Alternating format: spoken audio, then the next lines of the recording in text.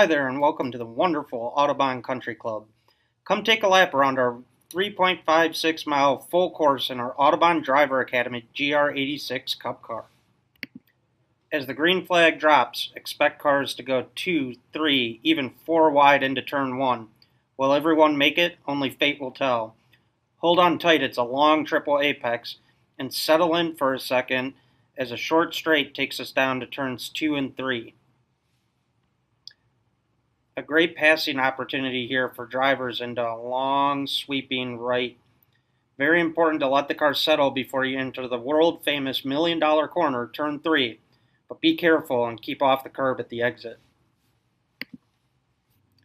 The chute down to turn 4 has the brave drivers keeping the gas pedal pinned to the floor as they turn in to hit the apex. Keep some pressure on the wheel as the turn tightens up at the exit as well. Coming up to the newly named $1 billion corner, don't turn in too early and let the car push out to the exit curb. Hug the outside in 6. A quick position change may occur here with a good run out of the last few turns. Take your first breath of the lap heading through the kink. Hard on the brakes in 8. Don't lock up and watch for cars coming up the inside. Take your time as you use all the patience you have into 9 and 10. Set up here is key for a good run onto the longest straight of the course. Take your time and get all the way over to the right by the dirt patch. Turn in, nice and smooth onto the gas. Now time to really get on it. At 1,800 feet, time to check your gauges, mirrors, and wave to the fans in the one and only Audubon Garage Mahals on the left. Do you want the inside or outside coming into 11? A lot of curb or no curb? A quick switchback into 12. Let the car push out and take your time, but head back to the left coming up and over the jump. Past the link and back onto the north course, down the second longest straight of the course, which leads you into the prettiest part of the track in the S's. Balance and weight transfer, the name of the game through 14 and 15. Do you brake? How much gas? Where do you shift? A real rhythm section here, but now you're in the groove. Another good run out of 15 will set you up with a passing opportunity into turn 16. Never too late. Wait, wait, wait, almost running off the track. Stay left again over the hill. How many laps are left in the race? Is this your last chance at glory?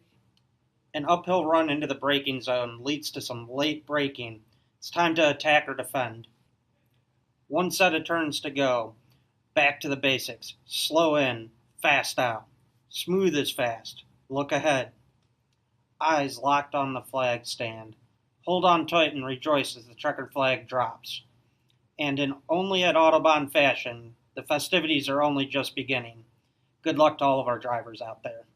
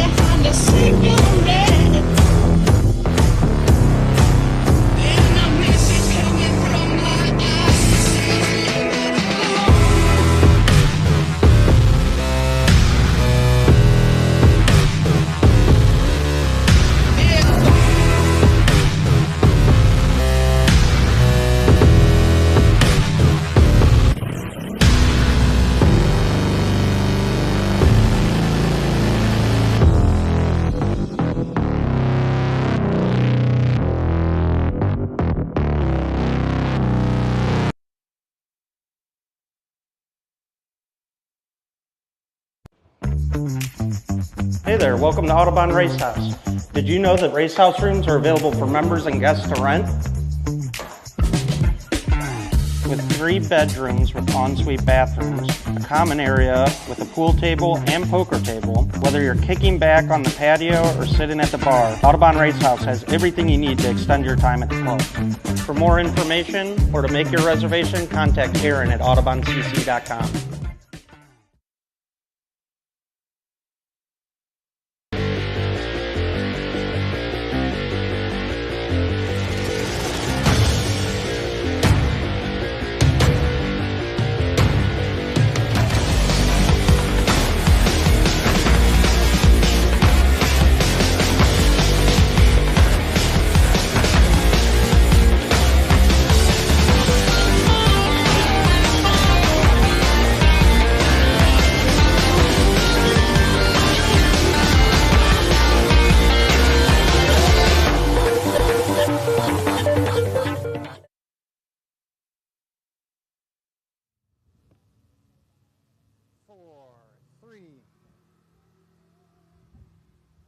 Ladies and gentlemen, welcome to Audubon Country Club's Festival of Speed.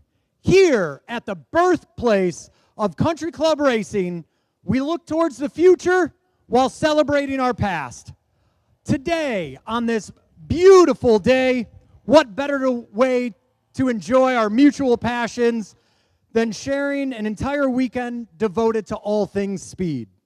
This afternoon, you'll witness our Radical and Wings and Things race, our GT Challenge, and capping off the day with an action-packed 1-hour Spec Miata race.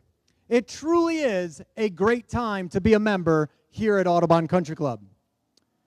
Now, please rise and remove your hats for our national anthem, sung by Sophia Georgis. Oh, say, can you see by the dawn's early light what so proudly we hailed at the twilight's last gleaming, whose broad stripes and bright stars through the perilous fight o'er the ramparts we'd watch were so gallantly streaming, and the rocket's red glare, the bombs bursting in air, gave proof through the night that our flag was still there. Oh, say, does that star-spangled banner yet wave o'er the land of the free and the home of the brave?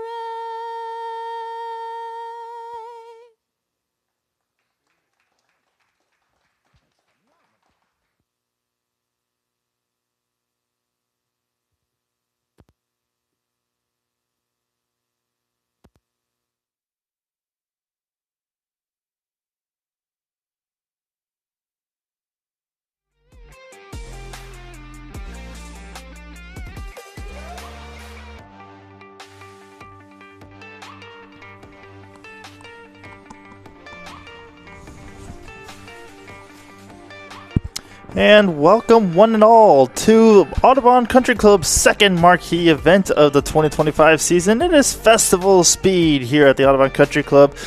2 of the 3 marquee events that we have on the docket for the 2025 Audubon Country Club season, and we are coming to you live from a very interesting conditioned track, as you can see on our screen, high above the victory podium in the main paddock in the members paddock that we see on our main strip. We can kind of see, obviously, mixed track conditions that we're going to be dealing with our competitors here today. Obviously, we had some rain weather move in throughout the early parts of the morning and earlier afternoon, coming to with the huge showers, I would say. And then we've now had some huge moisture kind of move through, but now we are also getting some some warm weather conditions that are coming on in, and now we are starting to see the track currently start to dry up and continue on with the dry racing that we're going to be having later this afternoon. Looking forward to some good action throughout the whole field. We obviously on the docket today had 3 races coming to you. First off is going to be our Wings and Things race, followed by our GT Challenge race, and then we have our Spec Miata race that's going to be capping off our events activities later this evening. I'm Jordan Missick in the commentary booth, followed by my colleague Jensen Bidet, who has just now joined me from the kart racing that was happening early this morning. Jensen, welcome to the booth, and how was the kart racing this morning? It was pretty good. It was damp. I mean, first couple of races for the kart track was actually dry, had a little bit of sprinkling, but they actually had to postpone it a little bit for the rain, and we had the wet tires on for like the rest of the whole day at the kart track. And a lot of drivers, some of them had some spins, some of them managed to keep it going. A lot of drivers, though, even after spinning, they didn't lose confidence. They kept battling through the field, and it was still a pretty exciting race to see, rain or dry. And I think today we're going to see the exact same thing for the Wings and Things race, and the GT race, and the Miata race as well. Well, the rest of the field is currently kind of filing on into their grid spots and grid positions. As we can see the rest of the field kind of coming on in. How many karts would you say? Like, obviously, you know, kart racing is something that you and me both grew up doing here at the Audubon Country Club. How has kart racing, I would say, translated into what we're about to witness here later this afternoon from, you know, the Wings and Things racing, the GT Challenge, and also the Spec Miatas that we get to see here on the big track? How does the kart racing play into a factor there?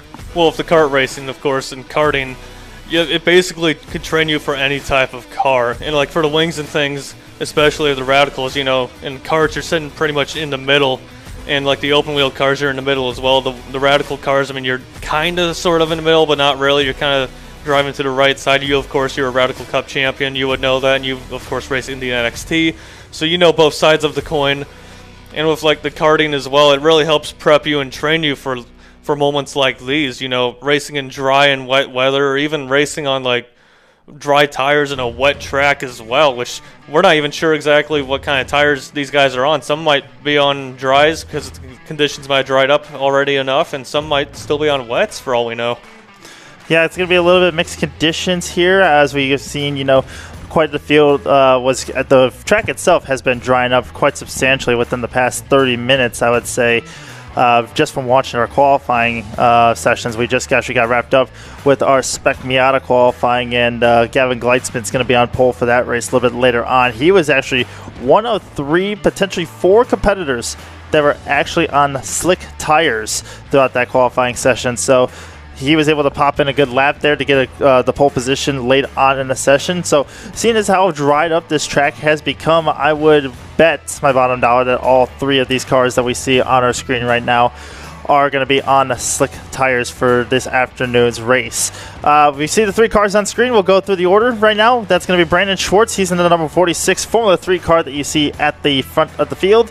Next car behind him is going to be Ben Blander in that 34. He's going to be running shotgun on in second, I would say, right next to Brandon Schwartz, but he's going to be the pole sitter in the Radical Cup field. And then Alone Kim is running in the second spot, third on the grid. He will be starting from P3. I'm also getting word that only 4 drivers have qualified. You see One Lane Joe there. He's going to be starting from P3 on the grid for Radical, P4 overall. But we're going to be hearing that more cars are joining the race as we go on. So when we get a look at that and find out who's going to be joining the race, we will let you know as soon as we find out. Field is now coming around and completing the one of only pace laps here to start off the race. Jensen, as we kind of go through, you've kind of experienced it as well. What is festival speed, you know, and these big marquee weekends? You know, we talked about, you know, the 3 of them that happened throughout the weekend. You have Springtime Speed Fest to start off the year, Festival Speed, the one we're currently doing right now, and then obviously the granddaddy of them all, Oktoberfest, it's going to happen late in October. What do these 3 weekends kind of mean to you for being festival weekends here at the Audubon? Well, usually these 3 weekends usually have more competitors out on the track. And for the classes, of course, here it might not show, but of course for like GT and Miata, we will definitely see that. And it really puts more emphasis on one to win. You have more competitors you want to beat, more competitors you get to finish ahead of potentially.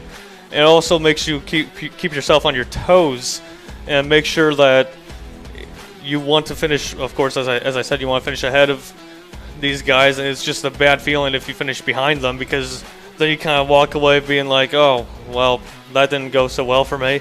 But you want to make sure you stay ahead, keep cool, keep calm, and keep relaxed. It is a marquee event, but you gotta treat it like any other event during the year. Of course, like springtime Speed Fast, it's like second race weekend of the year, I believe, for us, and then Festival of Speed in the summer, it's like mid-season point, midway point of the year. And of course, Oktoberfest, it's like the season-ending part of the year.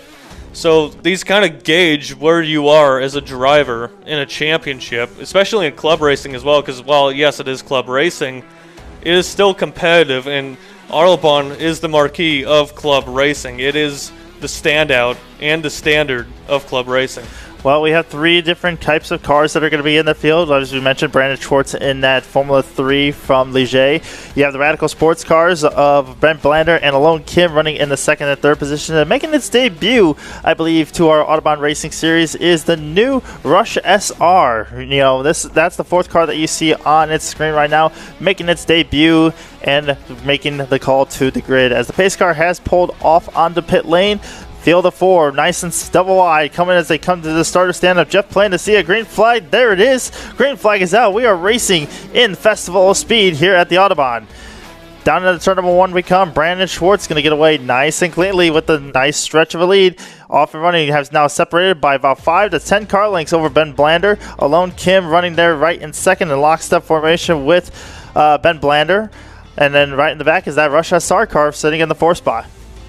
Yeah, they'd already single file, but that does not mean that it will be a boring race. We actually have a 5th car that just came across the line. Looks like it was another Rush SR. That was another Rush SR car that just came across the line. That was actually the 56th of Tim Miller's car who came rolling across the line. So glad to see that they've been able to make the race as of now. But the 5 cars have now taken to the track. We are clean and green. 10 laps. There's the call of the time. Another car has come by, and that's going to be One Lee Zhou. So One Lee has now made the show as well, too. He's locked in the 6th spot and on his way.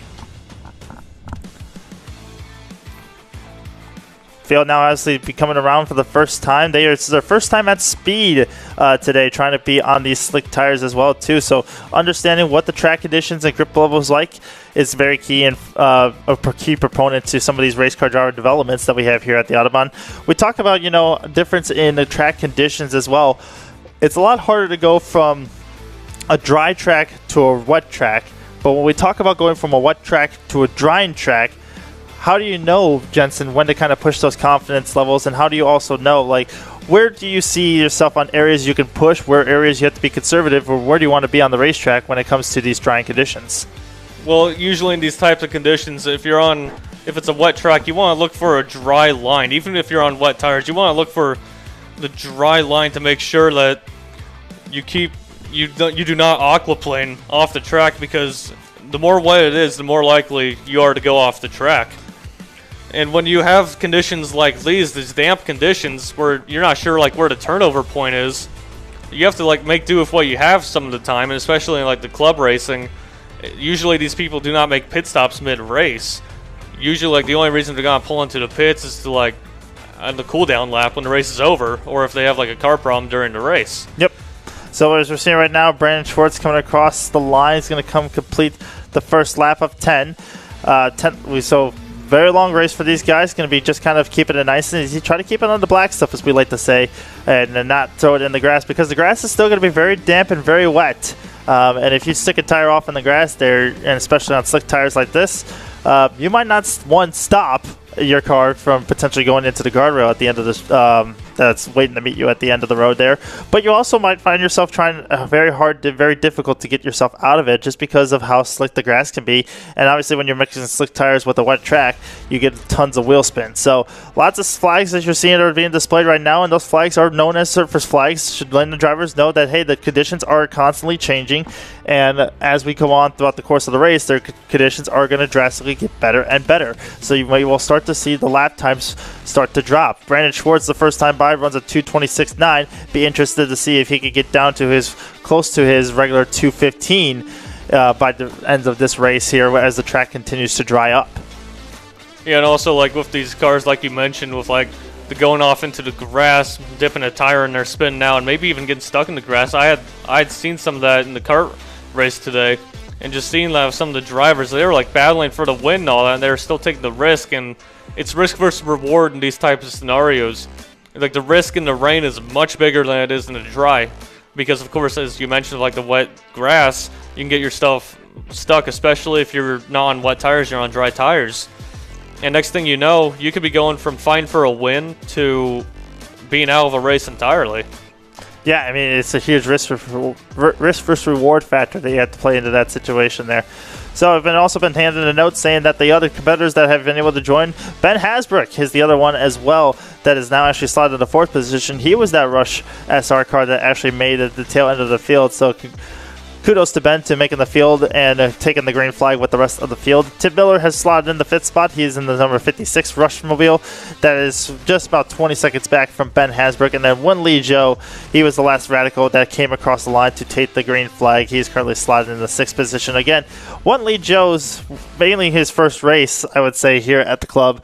Comes on a festival weekend. He's been around for like the last year and a half, I would say. Has come through multiple race schools with us, trying to take up the initiative to want to be on the racetrack as well and want to get some racing experience. And since this is going to be his very first race with us, he's taking it nice and easy, very nice and slow, joins the back of the pack of the grid, takes a green flag, and is now just kind of going along as a lapping session, just trying to understand the car, get used to what he has left underneath him. And just like any other of these racers that we've seen out here nowadays, everyone's learns at their different paces. Some people learn fast, some people take their time and take a couple of years or even a couple of months to kind of learn their cars and learn their balance and learn their craft here at the Autobahn. So Won Lee is just another guy who's kind of taking it nice and slow, nice and easy, understanding what his car is capable of doing, understanding what he has underneath him, so that way one of these days when he does understand and put in the seat time and put in the laps like most of these guys have done, we'll see him battling up at the front of the pack, challenging for race wins and challenging for podiums in the near future. And like you said, with the timing, some could take a couple of months, some could take a couple of years, or if in the case of Bob Reisinger, it could take you just a couple of races. Not everyone has a different level of like how they improve, how quickly they improve, and like there's no shame in that. Like what matters is that you're doing what you can to improve and doing it right. Like of course everyone's gonna have a different pace of improvement. Everyone's not going to get there as quickly as others, but at the same time, what matters is that in the end you get there. As the saying goes, better late than never. Absolutely. We also have a change of position right now as Won Lee has actually gone past the number 56 of Tim Miller there. So move Won Lee up a spot. He's up to the 5th spot. Tim Miller has now been relegated back to the 6th position. But I think that's a lot of just coming in with the timing of how these cars are handling right now. Won Lee just turned a 235, 557, which is about almost 20 seconds faster than what Tim Miller was running, and he's just 10 seconds faster than Ben Hasbrook, who's up the road about 6 seconds from him. So Won Lee is now starting to come a little bit into his own here with that Radical SR3. He's about 4 to 5 seconds off of what Alone Kim in the other Radical has been able to run, which unfortunately Alone Kim is about some 23 seconds up the road from Won Lee. So it is just going to be kind of like a lapping session or getting some practice laps in, just understanding what that car is going to be for Won Lee Joe. But nonetheless, we might be able to keep track of his progress throughout the course of this race. Hopefully be able to see if he can put in some good fastest lap times, maybe even a personal best, and probably put in faster lap time than Alone Kim. Yeah, and Won Lee is also behind Ben Hasbrook. He's only 6 seconds behind him at the moment. And with Ben Hasbrook yesterday, he actually got he podiumed in the chase race pro class yesterday. And Hasbrook's definitely looking for another podium to add to his collection for this weekend. Yeah, Ben Hasbrook, obviously one of our instructors here at the Autobahn Country Club, is basically our business development manager here, basically part of our sales team here at the Audubon, basically Audubon member relations as well too. But he has been around here since the very beginning of the club. Basically, when he was a kid at around 12 years old, kind of left here unattendedly and then would get a ride back to the city from some members as well. But basically has come here since he was 12 years old and has been here ever since. So Ben Hasbrook has been coming around this place for quite some time. Potentially may even is in the argument for maybe having the most laps around this place. So he is definitely no stranger to get around this 3.56 mile circuit of the Audubon Country Club, as we all know. And he is now actually debuting his first time, I believe, in the Rush SR car as well. So the Rush SR is totally new, came to the Audubon just last year, was kind of put on display. A couple of members were able to take that car out for a test drive and can be able to experience it. I myself was also one of those drivers that was able to experience what the car could be potentially do around here. And for such a small car that it is that you've seen on screen, it has quite a bit of power and quite a bit of extensive rotation to it as well too.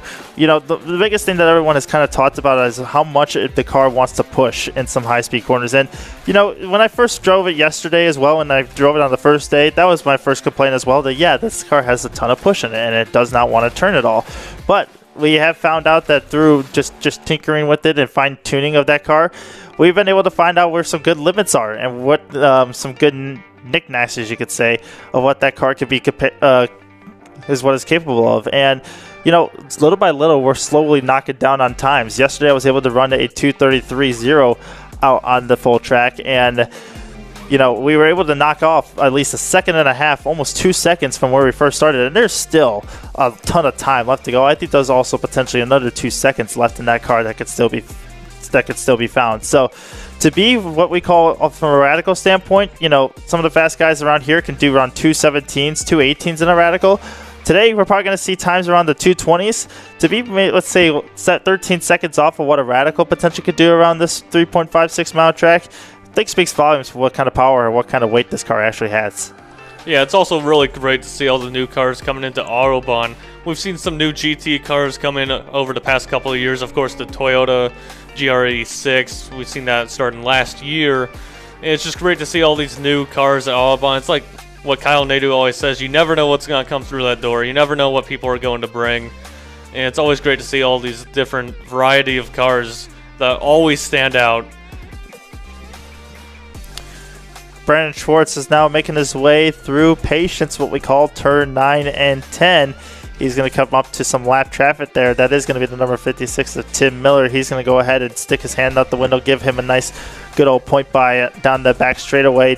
Wants nothing to do with that. It's just kind of on his own, running some laps around our 3.56 mile track. Brandon, on the other hand, on a mission to try to post the fastest lap of the race and try to figure out what he can do to improve his lap times around this place. He's already improved his fastest lap by nearly almost 10 seconds from where we started the race from. Remember, he started at a 2:26 was his fastest. He's already down to a 2:18, and I expect more is left in the tank with that F3 and how powerful that car is. Yeah, during the qualifying session as well, it was like raining during qualifying, so he's going like almost 30 seconds quicker than he went in qualifying. It just comes to show a difference between a dry track, or well, in this case an almost dry track, and a wet track. I would say right now the track is fairly close to being fully dry. I mean, there's probably some areas right now that are potentially a little bit damp. Nothing that with these guys on dry tires would feel a difference with. It just mainly comes down to the tire temperature that they are generating too. So just trying to stay off of the wet spots as much as they can, trying to keep heat in the tires, trying to stay on the dry line. And, you know, there's going to be some areas that are going to be dewy and, you know, spotty here and there. But the best thing you could try to do is try to keep that heat in the tire, try to increase the side load of that car and try to keep the core temperature involved, and then transfer that core temperature and surface temperature of the tire, and then push that onto the racetrack to build some heat into the track itself, and then eventually the water will evaporate off of the track and into the air as well. You can see Brandon also trying to use a little bit of extra curbing there at the exit of turn 3, being able to trust the curbs a little bit. That's the one thing with the curbing, is that you have no idea if there's any water that's kind of seeping inside that curbing, or any, you know, standing water that could be just looming there that could affect the car's balance. So Obviously, Brandon has noticed that, he's been able to go to the outside of that curve here in turn 3. He's able to kind of push the limits a little bit more like he's driving a normal dry line. He takes a normal dry line going into turn 8, gets down to the apex like he normally would. Now through 9 and 10, has a little bit of oversteer on the entry there, so potentially having a little bit of dew point get onto the water, to the tires. That's causing a little bit of lack of grip, but it looks like that the tires, because of how much heat temperature and temperature buildup he has in that tire and how hot the temperature is, he's able to kind of quickly grasp on. The tires are melting off that water evaporation very quickly to where he's able to get back on power and he's not able to miss a step. And we're also halfway through this race already. And of course, like Brandon Schwartz in the open wheel car, he's basically 30 seconds ahead of Ben Blander in second, who's currently leading the Radical class. That's basically a 6-second difference per lap for the open wheel car and the Radical car. And of course, as I mentioned at the start, you have raced both open wheel and Radical. So like, what's that difference like as a driver? What are like the grip levels like? Is a difference compared to both cars? Well, with the F3 car, you're dealing with more of a smaller tire, but a wider tire. So there's more contact patch and there's more grip that's going to be kind of there to offer for the Formula 3 car, even though the tire size is going to be a lot smaller than what the Radical car has to offer. You also talked about weight-wise. The Radical is going to be a little bit lighter than what the F3 is, but the F3 makes it back up in terms of its power. You're talking a 303 horsepower Honda Civic Type R turbo motor that's in the back of that F3 car versus a 210 Suzuki motorcycle Hayabusa motor that's in the back of a Radical there. So when you're talking about those two types of cars, you're almost talking 100 horsepower difference, potentially, 100 to 200 pounds weight difference in terms of the bodies and the chassis between a Radical SR3 and a Ligier F3. So a huge big difference there between the two cars, but also when it comes down to the setup. Obviously with the Radical, you're dealing with the fiberglass bodywork that all has, but also the carbon fiber rear wings. Well, in the F3, the whole body is basically carbon fiber, so very slight, very thin body panels that are on that car, but also generates a lot more downforce because of the wing angles and the front wing end plates that you can kind of work with. Whereas the Radical, you really don't have those front wing end plates like you did in the F3 car. You just have the front body parts, or the front nose is what we call it. That's basically clamps on like you would with a normal LMP car, but then you also have potential dive planes that you can put on the side. Now, me, for one, I generally like to run dive planes around the Autobahn circuit just because of how tight and close the corners are, and I think you need to generate a ton of downforce, and that's where you're going to make up most of your lap time around this place is in the downforce levels. Just because I don't think the straights are long enough to be able to generate any top speed with low downforce. I think this is more of a high downforce track, and that's where the dive planes on a Radical will help the car carve into the track a little bit better and use the aero balance or the front aero to help the car rotate a little bit better. And when you talk about the front wing end plates that an F3 has compared to the dive planes that the Radical has, it's a lot more front wing elements that the F3 is using. You could play with a little bit more front wing angles, give it less or more downforce, but you're also trying to play with more mechanical grip, and that's what the F3 car can also offer based off of the toe link and the shock changes and the rebound changes that it has compared to the SR3. So lots of different elements and lots of different variables that could be played into factors when you're talking the difference between both cars, but that's what translates into the 5 to 10 just translates into the 5 to 6 second lap time difference that we've been able to witness on our timing sheets. And speaking of which, Brandon Schwartz comes across the line. He does a 2:17.2, so continues to knock off, lap after lap, second after second on his lap time. He's getting closer and closer to that 2:16, 2:15 mark that I had predicted early on in this race. He's also lapped both the Rush RS cars. Yeah, he's been able to lap both the Rush SR cars, which are Ben Hasbrook and Tim Miller. So in doing so with lapping both of those cars, they've kind of settled themselves into their own race as we speak right now too. As it's per multi-class racing, I would say, each class of car kind of finds its own area on the racetrack and kind of settles into a little bit of a rhythm from there. Ben Blander comes across the line, mired 42 seconds back of Brandon Schwartz in an F3 car. And with Ben coming across the line, his closest competitor, Alone Kim, as we see now on screen, comes around turn 8 and 9 in that beautiful blue and yellow Another Day in Paradise car that he likes to call. Alone Kim himself is a very interesting character too. He's been coming out to the Autobahn now for the last 3 to 4 years himself, and has established himself as one of the more likable characters you will see around the Autobahn Country Club. Always has a smile on his face, is always filled with excitement, absolutely loves to work on his craft as a race car driver and building up lap times, trying to find out what he can do to the car that makes it faster, makes it better for his comfortability and level. And he always is excited every day he comes back to the club and tries to build up on his lap times and is able to improve from when he was here last time. So Alone is another guy who's kind of stood on his toes, dipped into racing for like the last 2 years now. Last year he was kind of a little bit more committed. This year he was kind of fully committed into doing more races, has kind of ventured out with Team Stradale to different types of racetracks and different tracks across the country as well to kind of venture in, as well as Team Stradale and Havoc Motorsports becoming part of our sponsors for today's race. So we thank them for their contribution and efforts to one, the broadcast, but also two, building these cars all together, getting them out on the racetrack, and allowing us to see some great racing here this afternoon on our Autobahn Country Club YouTube channel. So if you haven't yet, please like and share and subscribe the channel as well. We love to hear from you in our chat box. Our co-producer, I guess, Kyle Nato, is on the broadcast as well, answering all your questions and all your friendly conversation messages and comments. So if you want to get involved in the conversation with him, feel free to comment on the YouTube channel. As we see Alone Kim continuing on with his battle of the clock, his race against the clock, you could say. He's gotten down to a 226. One Lee, as we talked about earlier, has got down to a 228 as one of the Rush SR cars. I believe that might be the number 56 of Tim Miller right there, has kind of spun in the entry to turn 9. He's able to get the car kind of going again. He's got it now rolling. One thing I noticed when he got into the grass there was a little bit of slip.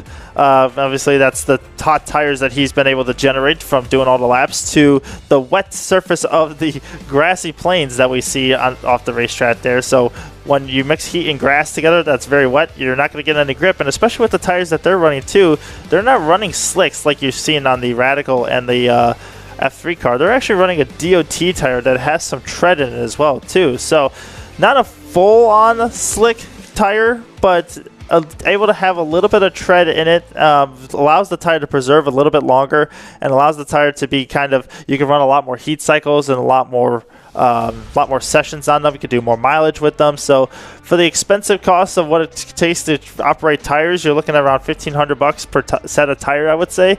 And with the consumable cost of what would say the Rush SRs, you're potentially looking at a couple $100. I would think around $700 for a whole set. As Brandon Schwartz continues to push the limits of that F3, getting a little sideways on the exit curb there of turn number 5 on the North Circuit. Tim Miller doing the wise choice of getting out of the way, letting the fast Brandon Schwartz go on through. One Lee in the background, as you can see, has also kind of been lapped as well. That's the first of the Radical competitors to be lapped throughout the course of this session. Schwartz is now going to come around turn 18 and 19. He's going to come to the starter stand, look to the top of the scoring pylon here at the flag stand of Jeff Plain, and he'll get the white flag, signifying the last lap of the race. So what you said of like the Rush SR is that the tires a lot more heat cycles in it and you're able to use it more. Not as much grip though. So would you say that it's a bit of a harder tire in comparison to like the Radical and the F3? It's definitely going to be a little bit more of a higher compound tire. It's not going to be as much grip in the tire as much as you would see on a slick tire, so you really doesn't dig into the trap and there's not as into the track. And you're also not getting as much contact patch as you would with a regular slick tire because there has a little bits of grooves in it too. But it preserves the tire a lot more, so you can actually run a lot more sessions and you can do a lot more with the tire for less the price, I would say. So you're paying less for the tire and you're actually able to get more heat cycles and more run time out of the tire before you have to go ahead and purchase another set or switch tires as well too. So that's the one thing that the Rush SR is basically known for, is its cost effectiveness of what you're paying. I believe it's only half the price of what you could pay for a brand new Radical too, anywhere around $50,000 to $60,000. So when you look at that and you look at all the consumable pricing that a Rush SR has to offer, and for it to be, let's say, less than 10 seconds off of what a Radical potentially could be doing, maybe a little bit more, just slightly, it definitely makes the pocketbook and the wallet sound a little bit less stressful when you can see that. So it's essentially kind of like a junior car for a Radical, would you say? It could definitely be a good beginner step for anybody who's coming out of karting and wants to get into car racing for the first time.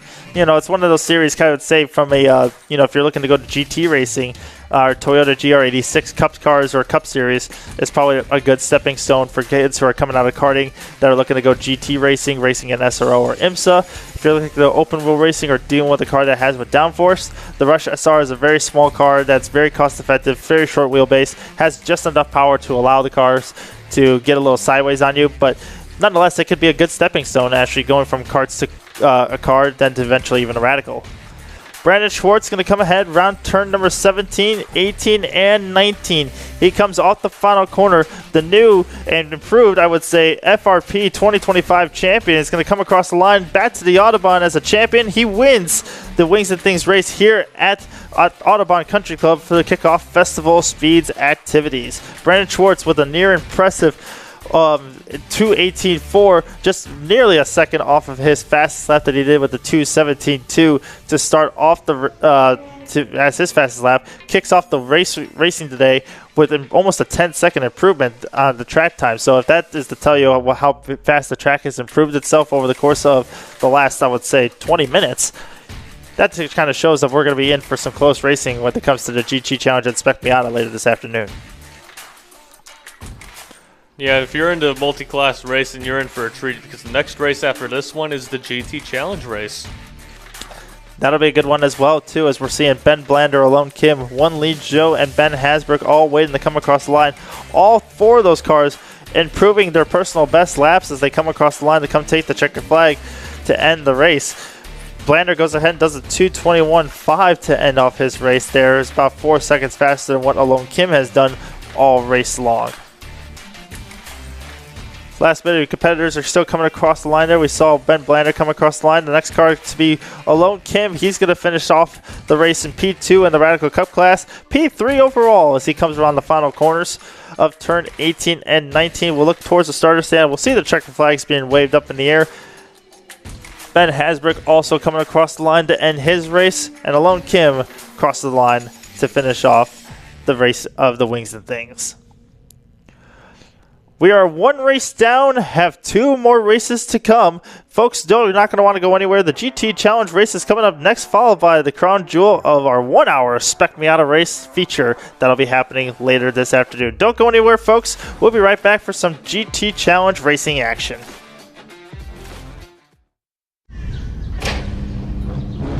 We're here at the acclaimed Daytona International Speedway to show the Blazer EVSS in a way it's never been seen. It's beautiful with a sleek and dynamic design, but performance is in our DNA. And what better way to put the Blazer EVSS to the paces than having Team Chevy NASCAR drivers Daniel Suarez and Ross Chastain get behind the wheel.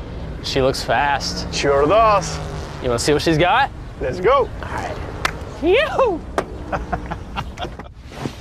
This is a Blazer EVSS. Let's see what Wild Mode can do. Let's go.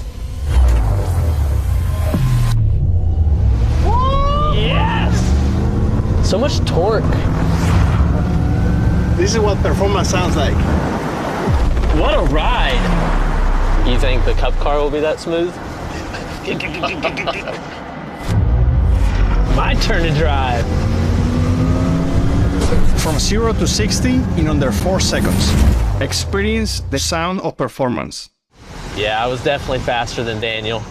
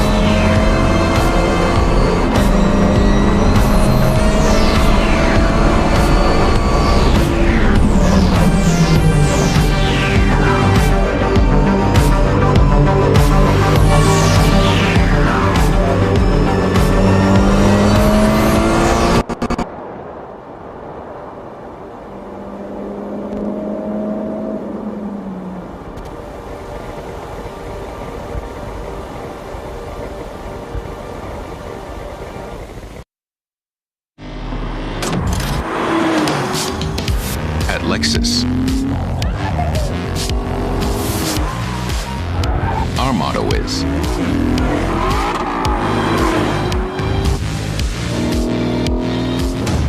you have to feel it to believe it. Experience the exhilaration of the Lexus Performance line.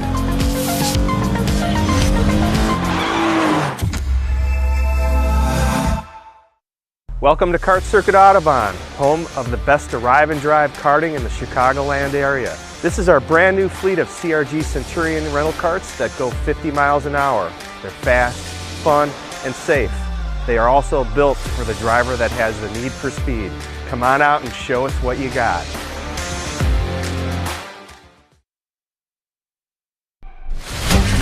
Define nature. It's what defines the all-new 2024 Corvette E-Ray. The quickest Corvette ever, with 0 to 60 in 2.5 seconds. An electrified all-wheel drive that handles all 4 seasons. A supercar of contrasts. It's everything you never expected.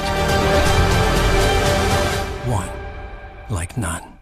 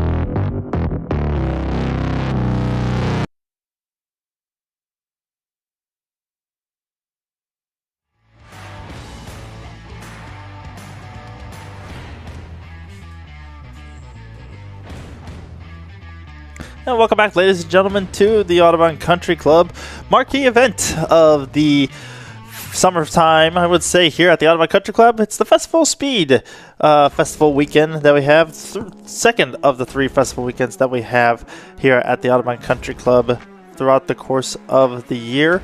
We just wrapped up our first race of 3 for this afternoon's activities with the Wings and Things race. And as we mentioned, Brandon Schwartz came away with the win in that with his Formula 3 Ligier car, the 2025 Pro FRP champion, I would say. It's a newly crowned champion there in the Formula Atlantic Series. So congratulations to him. He obviously showed up on display here just a minute ago on why he is declared as the Formula Atlantic FRP champion for the 2025 season. So congratulations to Brandon on that. Brent Blander came home away with the race win in the Radical Cup series, along with Lone Kim coming home in second and Wen Li Zhou coming home in third. Ben Hasbrook was able to take the win in the Rush SR class over Tim Miller in the 56, and that rounded up the 6 cars that took the green to checkered in the Wings and Things race. We kind of turn our focus a little bit now to the GT Challenge race and GT Challenge events. We now are able to see the cars slowly start to make their way to the grid to receive the most famous words in motorsports. But before all that, Jensen, let's go ahead and talk about this 3.56 mile circuit of the Audubon Country Club here. We've obviously had touched on a couple of things prior to it with race conditions and the kart circuit track that we've been able to discuss over there. But let's dive a little bit deeper into the nuances of this 3.56 mile track. What are some of the key aspects or key elements of this racetrack that really stand out to you the most? Well, the key element that stands out to me the most would have to be turn South 6, because that element of the track you have to really get right, because there's not really as much room for error around that part of the track as one might think. As you could take it smoothly through there, but you might lose some time. But if you take it aggressively, you don't want to be too aggressive, or else you're going to go off into the grass and then you'd lose some time. Yeah, turn 6 definitely is an area on the racetrack that needs to be taken and given with respect, as that turn can actually catch you out off guard very quickly and very aggressively. Some guys that generally, when I'm working with as from a coaching standpoint, tend to turn in too early because they don't want to see themselves going too wide and miss the apex. And when that happens, if they turn in too early, is they end up hitting the apex curb a little bit too soon, and they're not able to get the drive off that corner and down it into turn 7 as great as they want to be, and they end up pushing themselves and understeering themselves to the exit curb.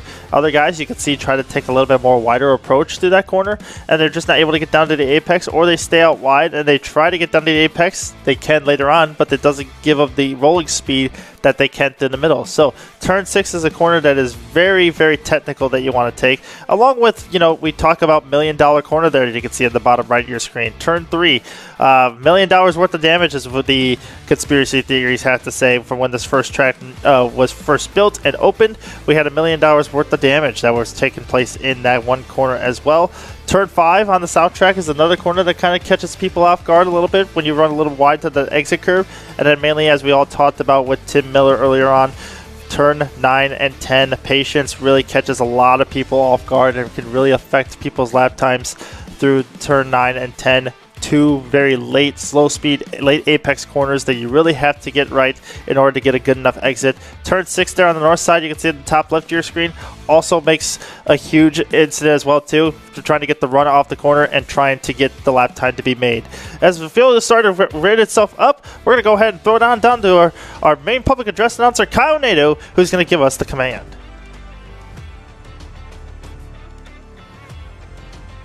And now, ladies and gentlemen, our grand marshal of this weekend's races is a man who needs no introduction, but I'm going to do it anyways.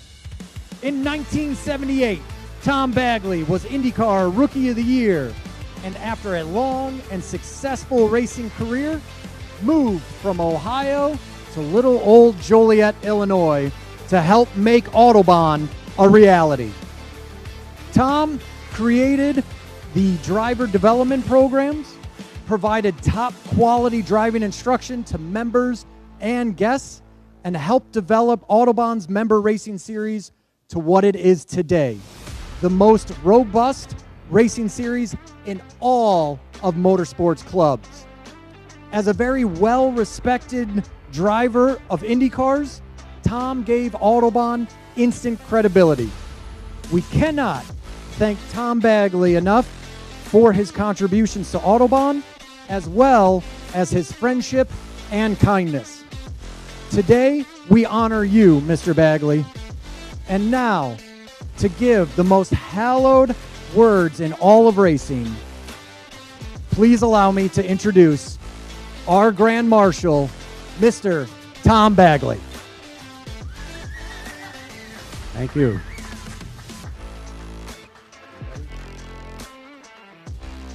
Drivers, start your engines.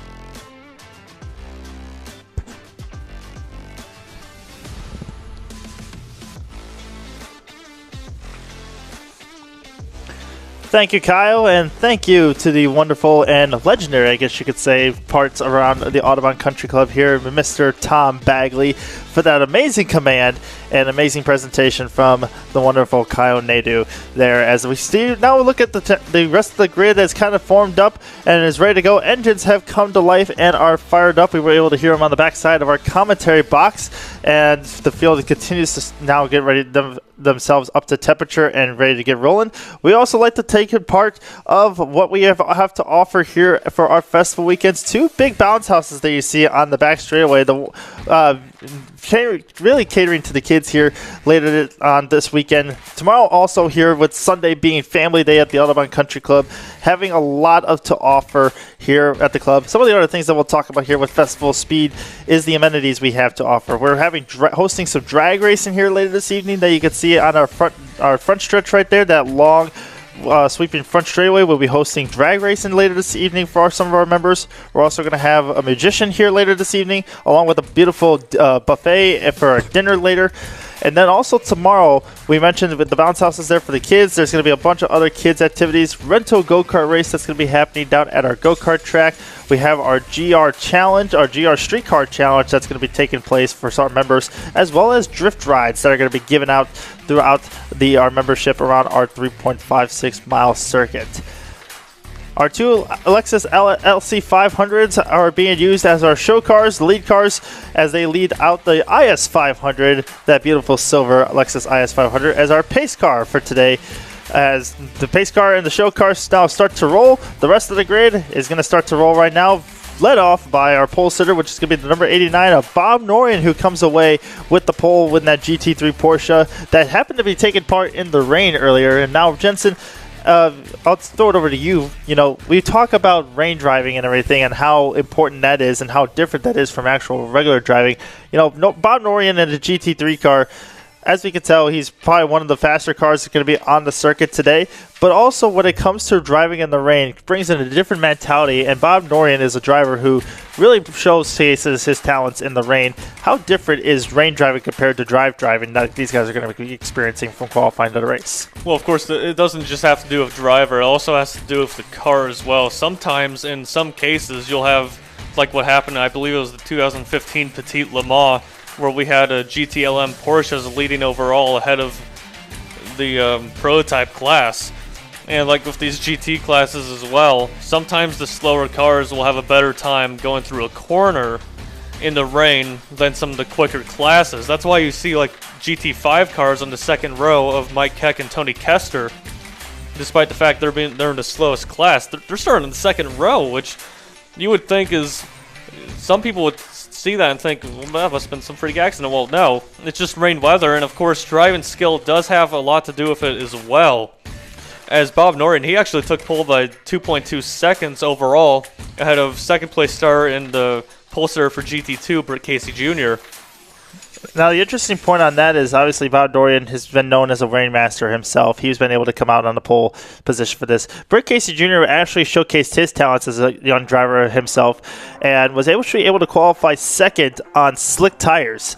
Now, the rest of the field was basically on wet, treaded tires. Britt went ahead, rolled the dice, went out on slicks on a very damp track, came in, changed the tire pressures up a little bit, bled the tires back down, and was able to pop in a very fast lap there at the end, only to go 2.2 seconds off of Bob Norian when the checker flag flew, but I believe if you gave him an extra 2 laps or such, I believe Britt Casey Jr. definitely would have been able to take the pole away from Bob Norian and would have went ahead and been the pole sitter for this race. You already mentioned our third and fourth place drivers, Mike Keck and Tony Kester. Again, GT5 competitors. Both were actually sitting on as a front row for most of that qualifying session until Bob Norian came in and pipped them both and sent them a little bit further back. But keep an eye on that battle between the 691 of Mike Keck and Tony Kester, two guys who have been around the Audubon Country Club for some time and are going to be fighting tooth and nail between each other for a race win here this afternoon. Ron Roshinsky in the number 7 is going to roll off in the pit spot with the number 59 of Scott Benning Sr. He'll roll off from the 6th position, a GT3 and a GT4 competitor alike. The 172 of Kirk Cordell will line up in the 7th position, the GT4 class, second in GT4, with John Ranty in that 339 red and yellow Porsche that he has, kind of similar to his 488 Cup car that he had there, 458 GT Ferrari Challenge car that he had that he raced with us last time. He'll roll off in the 8th spot. Andrew T will go off in the 9th position with Sean V in the 10th spot, and then Ernestus is actually going to be lining up in the 11th position. I heard he potentially may or may not be racing. I'm not seeing this car there on the back of the grid, so he might have been a late minute dropout, but I also see the 05 of Gene Joe DeWayne in that old Porsche of his potentially making the call to the grid. So very interesting call there. Gene unfortunately did not make the qualifying session with us earlier today, but he has been able to come gracious enough to join us for the racing today.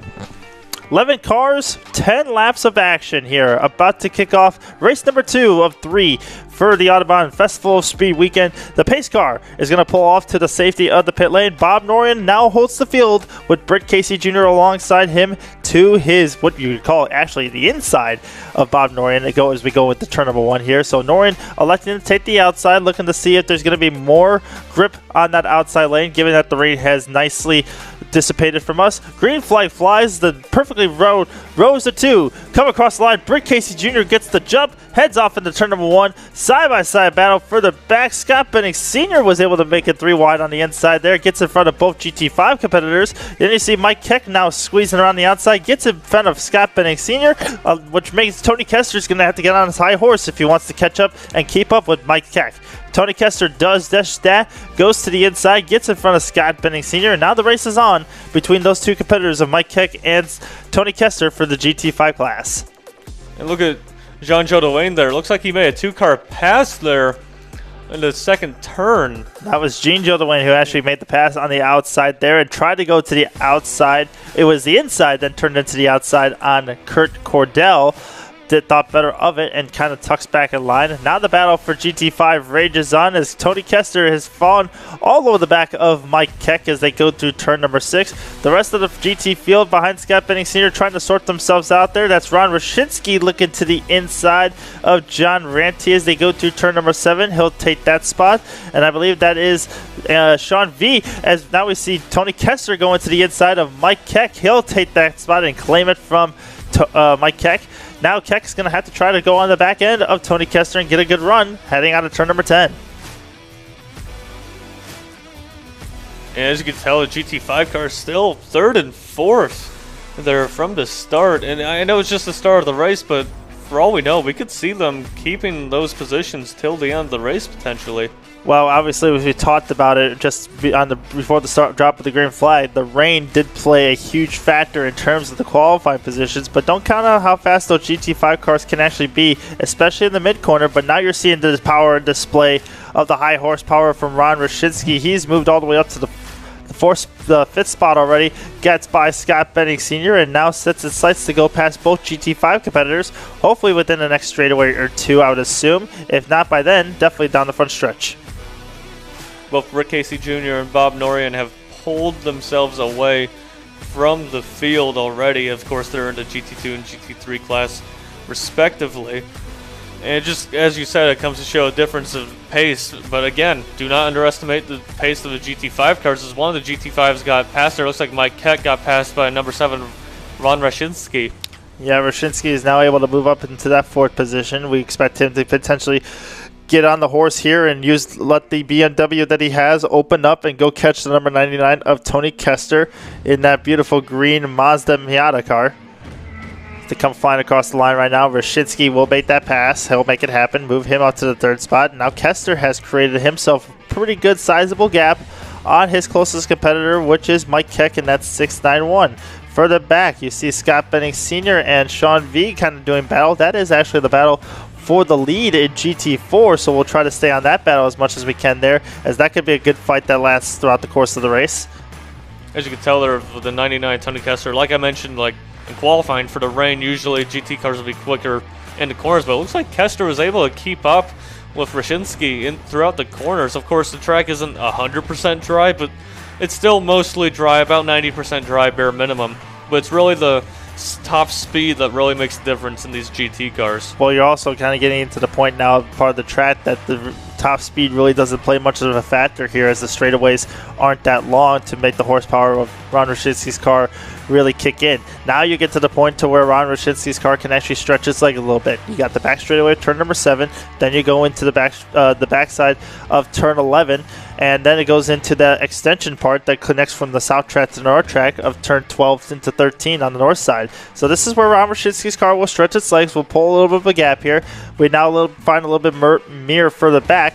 We see the 691, that's Mike Keck, 2nd place in GT5, and then the battle for GT4, as it's going to go on by the number 691 of Mike Keck. That's 59 of Scott Benning Sr., who moves up into the 5th spot now. And then Sean V, who's in the other BMW as well in GT4, is going to go right behind Mike Keck, is now going to make the pass on Mike Keck as he goes down that back straightaway, heading into turn number 13 on the turn 3 on the North Circuit. It looks as though both those GT4s have gotten ahead of Mike Keck. Of course, they still have a GT5 of Tony Kester ahead of them, so who knows, maybe it's only a matter of a couple of laps that the GT5 of Tony Kester gets overtaken by both GT4s of Scott Benning Sr. and Sean Vekavikas. Now you're starting to see the trade-off that's being played between both of these cars here. Sean taking the peek to the inside, thinks better of it, will go take the normal racing line back to the outside, tries to get the crossover to size up Scott Benning Sr. Now you can see Sean V's car is really good at the tight, technical, twisty stuff on the backside there, especially what North Track is known for. But Scott Benning Sr. has been really well known to have his car being pulling on people on the exit of the straightaways here. So you can see Sean V gets a better run, a better entry through the entry part of the corner, better run through the middle, tries to get the exit, but then this is where Scott Benning Sr.'s car kind of helps him out a little bit. He gets the pull down the straightaway, extends the gap ever so slightly on Sean V, but Sean V once again closes back up on that gap under braking. He now lets the car roll through the entry point of the corner of turn number 1, 2. Here he comes now onto the south circuit, entering the turn number 1. Sean V going to look to the outside of Scott Benning Sr. Scott Benning Sr. going to take a little defensive line going into turn number 1 and is able to successfully hold off Sean V as they come through turn number 2 and entering turn number 3. Seems like John Ranty might have had a bit of an issue there. He fell from 8th to 11th there in a matter of a few corners. But speaking of the GT3 battle, we have Ron Rashinsky. He actually set a lap time a little under 2 seconds quicker than Bob Norian, who's just ahead of him, not only for 2nd overall, but for the lead of the GT3 class. And Rashinsky is currently 6 seconds behind Norian. So it could be a matter of a few laps that Rashinsky could catch up to Norian. 6.1 is the gap between Rashinsky and Norian, so we'll keep an eye on the gap and keep an eye on the battle for that. Meanwhile, back over here, heading into turn number 8, we saw Sean V get a really good run coming out of turn number 6 through 7, heading into turn number 8. Really a little surprised there. He didn't try to force the issue a little bit there and take the initiative effort to maybe take a look to the inside of Scott Benning Sr. as he had the run and momentum on his side. Thinks better of it though. Let Scott Benning Sr. kind of pull away just a little bit. Sean V going to try to collect his thoughts, play a little bit of a patient game and see if he can force Scott Benning Sr. into a mistake and make his pass for the lead a little bit easier than he's expecting. And he could just follow him for the next few laps and wait till near the end of the race to make his move. But if he does that, he has to make sure that he does get the move done. because if you wait till the end of the race, it's kind of a double-edged sword. One hand, you can get a move done and make sure that your rival doesn't get a move done on you at the end of the race. But on the other hand, you might not be able to even make a move. So you have to kind of think to yourself, do you want to make a move now? Do you want to wait till later? It's a question of wills, essentially. Yeah, Sean V right now all over the back end of Scott Benning Sr. through this 3, 4, 5 complex on the North Circuit. We expected Sean V's car to be better in that area part of the track, but this is where you would expect Scott Benning Sr.'s car to be a little bit better. Down the straightaway from turn 16 to turn 17, and the straightaway from turn 19 heading into turn 1. Before they hit to the South Circuit. Sean V all over the back end of Scott Benning Sr. Tries a little bit of a crossover move here, tries to get the momentum on the side, but now Scott Benning Sr. car engages, and now it's going to start to try to pull away from Sean V. Scott Benning Sr. take a little defensive line, now goes back to the normal racing line as they enter turn 1. Sean V takes a peek to the inside there. Scott's going to leave a little bit of opening for him. Sean decides to think better of it, doesn't fill the gap up. Will tuck back in line. Everything so line astern as they head into turn number 2. You can tell with Sean Vekovikas, he's taken a wider line. He's seemingly turned in for the corner later to try to get a bit more of an arch when trying to pass Scott Benning Sr. here. As it looks like, might they go side by chance? It looks as though they, no. Scott Benning Sr. keeps ahead. Sean definitely had the nose there and was thinking for it, but he saw how the angle that Scott Benning Sr. was going to be taking into the corner and wanted no part of that. Wisely he decides to back out of it, let Scott Benning Sr. have the corner. He now tries to set up Scott by going a little bit wider through turn number 6, open up the entry a little bit, try to get back to power a little bit sooner and straighter. He gets a good run here. He's going to look to the inside, take a peek, goes back in line, and will let Scott Benning Sr. have the lead and fight the battle all through turn number 8. Who knows? We might see a move here on the backstretch here. You might want to use a bit of that draft. I know draft is usually a NASCAR thing, but of course in GT cars it is a thing as well, especially on a track like this. As you can tell, Vekovikas on behind him doesn't really look like he's getting much of a draft. Does not look like he'll be able to make the move this lap. No, he will not. He'll have to wait for another time. Although Scott Benning Sr. did kind of go a little wide there. Vekovikas, it does not look like he got that good of an exit compared to Scott Benning Sr. Looks like Benning Sr. will keep the position for now. Yeah, I mean, Sean was able to get a little bit better run there. He had the better line, was able to kind of cut back a little bit on Scott Benning Sr., but Benning was able to get the drive off that he's looking for, and that's the advantage of what his car is capable of doing for him. Sean V now all over this back end, trying to look high, low, trying to figure out every which way he can go. Going into the corners here. Sean V going to think of it once again, try to roll a little bit more momentum through the middle part of the corner, looking for that better exit. Not able to get it here, but Jensen, you also mentioned a little bit of the draft effect here. Now you don't get as much of a draft as you would, let's just say, on a Formula car, but the one thing that these cars do have are fenders, and the biggest thing that fenders can create is side drafts. So if Sean V is just able to get enough alongside Scott Benning Sr., he might be able to use a little bit of effect of the side draft just to kind of slow down Scott Benning Sr.'s progression down the straightaway to give him a good shot going into turn 1 or potentially even turn 11, whatever braking zone he decides he wants to make the move in.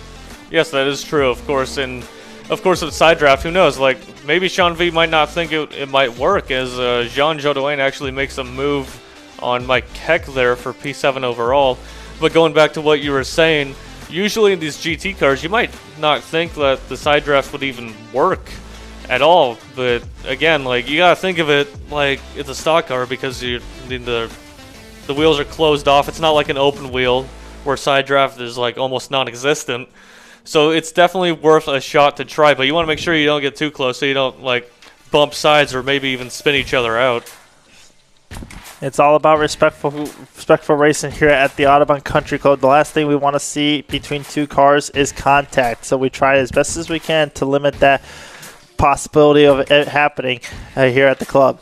We see a good run here from Sean V. He's going to pop, look to the inside, tries to be late on the brakes, thinks better of it, keeps in line, allowing Scott Benning to make the corner happen, but he got such a great run out of turn number 6, that potentially could be a passing opportunity heading into turn number 8 later on this race. Yeah, he used a lot of curve there a little bit there. As you can tell, his right side tires kind of went up in the air a little bit, trying to get as much track as possible, trying to use as much track as possible to try to get past Scott Benning Sr. Scott Benning Sr. goes pretty deep into the corner there, almost throws it off the racetrack there, was able to kind of slow it down just enough to keep it happening.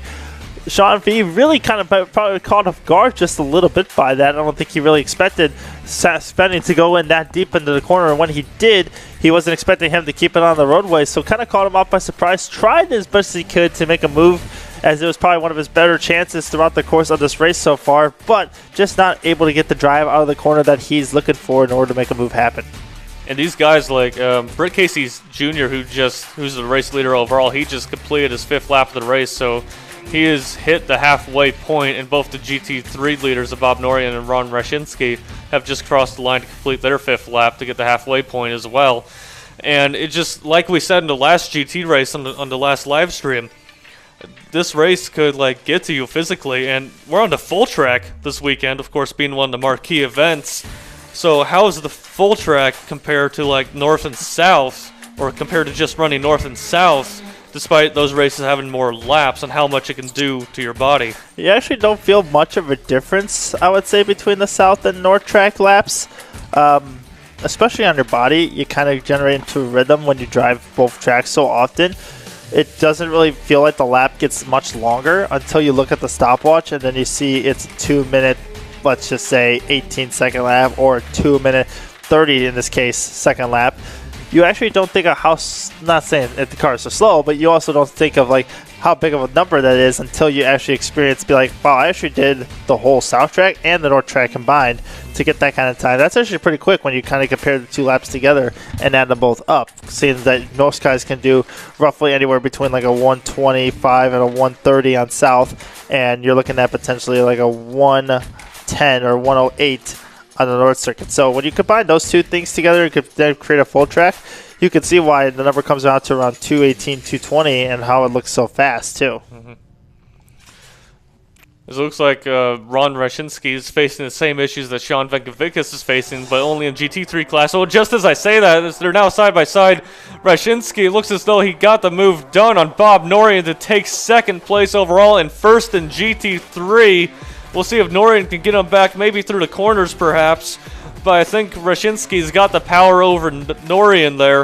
And I think he's propelled himself into 2nd overall, and as I mentioned, first in class in GT3. Yeah, Bob Norian was the race leader all race long until this point, but now Ron Rashinsky, who started back in the 5th spot, has fought his way up through the field, up to the leader in GT2 or GT3, which was Bob Norian, and now he's set his sights up further ahead and trying to drive off into the sunset of the distance. He's done a fast lap of 231.7, and Norian's done 234.3, so 3 seconds faster from Rashinsky has given him, well, I would say, that 10 car length advantage already as they come across the line to complete the lap, and he made that pass all the way back in like what, in around turn 1, I would say. Yeah. And of course the battle between Scott Benning Sr. and Sean Venkovikas still going on. It looks like Benning Sr. still has Venkovikas' numbers here. I've noticed like Benning Sr., anytime he would go wide, it'd always be a minor mistake. He'd always still be able to cover off Sean Venkovikas there and make sure that Sean didn't get past him. But also we have the GT2 of Jean Jodoin, who is slowly but surely catching up to him. And 9 seconds back from both of them, so maybe might not reach him at the end of the race. And of course we have 4 laps remaining of the race in total. Oh, well, actually it looks like the flagman pointed to. Looks like it was the 59 Scott Benning Sr. there. Sean V has been really trying to keep his wits about him here, trying as much as he can to get in front of Scott Benning Sr. He takes a high-low maneuver, goes fakes to the outside, cuts back to the inside. Scott Benning Sr. kind of covers it off a little bit. Here comes Sean V. Now he rolls the early part of this corner. Now he tries to set himself up for the good drive to get out of turn 3 before heading into turn number 4. He takes a look to the inside. Now he gets back in line, comes back into the racing line as well, and is able to kind of just be in lockstep formation, be right in the tire tracks of Scott Benning Sr. It turns out the flagman was pointing at Benning as a warning, as Benning had been blocking Sean Venkovikas there. So Benning's going to have to be a little more careful of how he defends from Venkovikas. It looks like Sean Venkovikas got a good run out of, that was turn 8, I believe. But it does not look like it will be enough. Looks like Scott Benning Sr. will hold on for now. Yeah, Benning really testing the waters here with the race officials a little bit. Just kind of, maneuvering over just a little too much. So race control has sent the sentence down to say to knock it off. It's a little bit warning for blocking here. Sean V, though, trying to get the good run that he's looking for in order to pull up alongside Scott Benning Sr. here as they go into turn number 11. Now, this is kind of where it seems like Sean's kind of coming into his own here and has the better car, as Scott Benning seems to be having a little bit of a tough time and struggling to get through turn 11 as well as Sean V does. But Sean V just not able to get doesn't have the horsepower behind him to get that drive up the hill and into 13. He takes a look to the inside. Thinks better of it, will let the car kind of go on by of Scott Benning Sr., but now he's got to focus here on timing the run properly to see if he can make a move happen going into 16. I've also noticed with Sean Vickovic, he's always like to the inside lane when he's really close to Scott Benning Sr., despite the fact he cannot do the late braking to get past.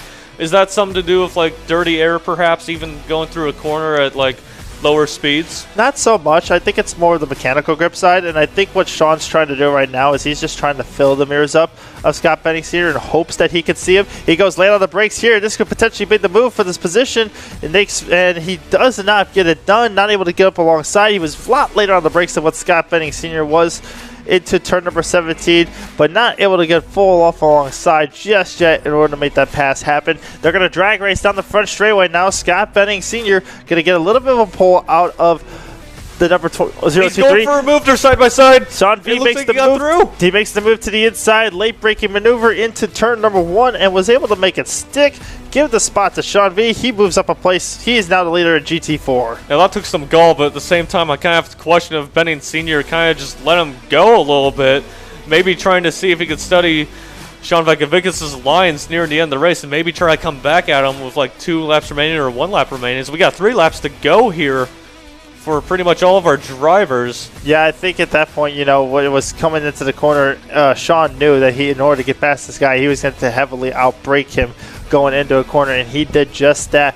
Broke late and hard enough to get more than position alongside the number 59 of Scott Benning Sr. and was able to make that move stick. He was able to make the pass happen. Scott Benning Sr. had to relinquish the pass, relinquish the move, and on his way now is Sean V. Scott Benning Sr. tried as much as he might. This lap will be the turning point to see if he was able to come back and go after Sean V, or if he's going to be starting to fall back a little bit and Sean V is just going to be on his way. I wonder if like the warning flag might have maybe had Benning lose a bit of confidence, like his decision making, maybe question his thinking of like how he was going to defend from Vickovic there. What would you say about that? It definitely hinders the confidence a little bit, because now you got something you actually have to start thinking about, and as a race car driver, the only thing you want to be thinking about is how the car is feeling and how your hands are feeling while being inside the race car. You don't want to be thinking of anything else as much in your brain outside of that. Otherwise, then you're going to start making mistakes and you're not going to be focused on the driving aspect, which is what we should be focused on. So when you look at that case in point, yes, I think when the black flag or the rolled up black flag, the warning flag gets displayed to Sean V, it definitely potentially creates a little bit of a burden or a little bit of a questionable, answering or bubble in his head, to where he starts thinking about that and tries to be a little bit cautious on what his next moves are going to be so he doesn't get an official black flag. But I think at the same time, he also tries to race hard with a lot of aggression, tries to be always ahead of John Ranty as much as he can be. But sometimes you just got to know when you get beat, and when you've been beat, you just got to live to fight another day. That's true, and you got to think about the whole season too. But speaking of the whole season, we got Britt Casey Jr. He actually just lapped John Ranty there, and he did a bit of a weave there a little after he got ahead of Ranty. What do you think that might have been about? The potential could have been just like a thank you. Thank you for moving over, let me go, or potentially even just, trying to get the surface temperature a little bit back in his tires. Obviously, we've been green now for roughly almost 8 laps now, so surface temperature definitely should be up to par, if not optimal temperature for these guys by now. But at least potentially just a gesture of a thank you to him, or just say, hey, maybe next time if you're going to be in the way, maybe make it a little bit easier for me. Don't make it just as hard. So potentially you'll have to see. We'll have to kind of get a word with Britt Casey Jr. to find out what the true backstory behind that was. But nonetheless, he's able to get on by the 339 of John Ranty, has been on his merry way and is now starting to catch more lap traffic. But more importantly, he's coming around turn number 17 to 18 and 19 to come get the white flag. of Britt Casey Jr. He's like another one of our members. I remember you mentioning this in the Wings and Things race of how some of our members have been racing at other tracks. Britt Casey Jr., he was like one of the first few members who had gone out to race in like other series and other tracks as well. You, of course, are another one of them as well. I'd say you and Britt Casey Jr. are the most notable of those two who have done that, like who started at Autobahn Country Club to then go on to race professionally.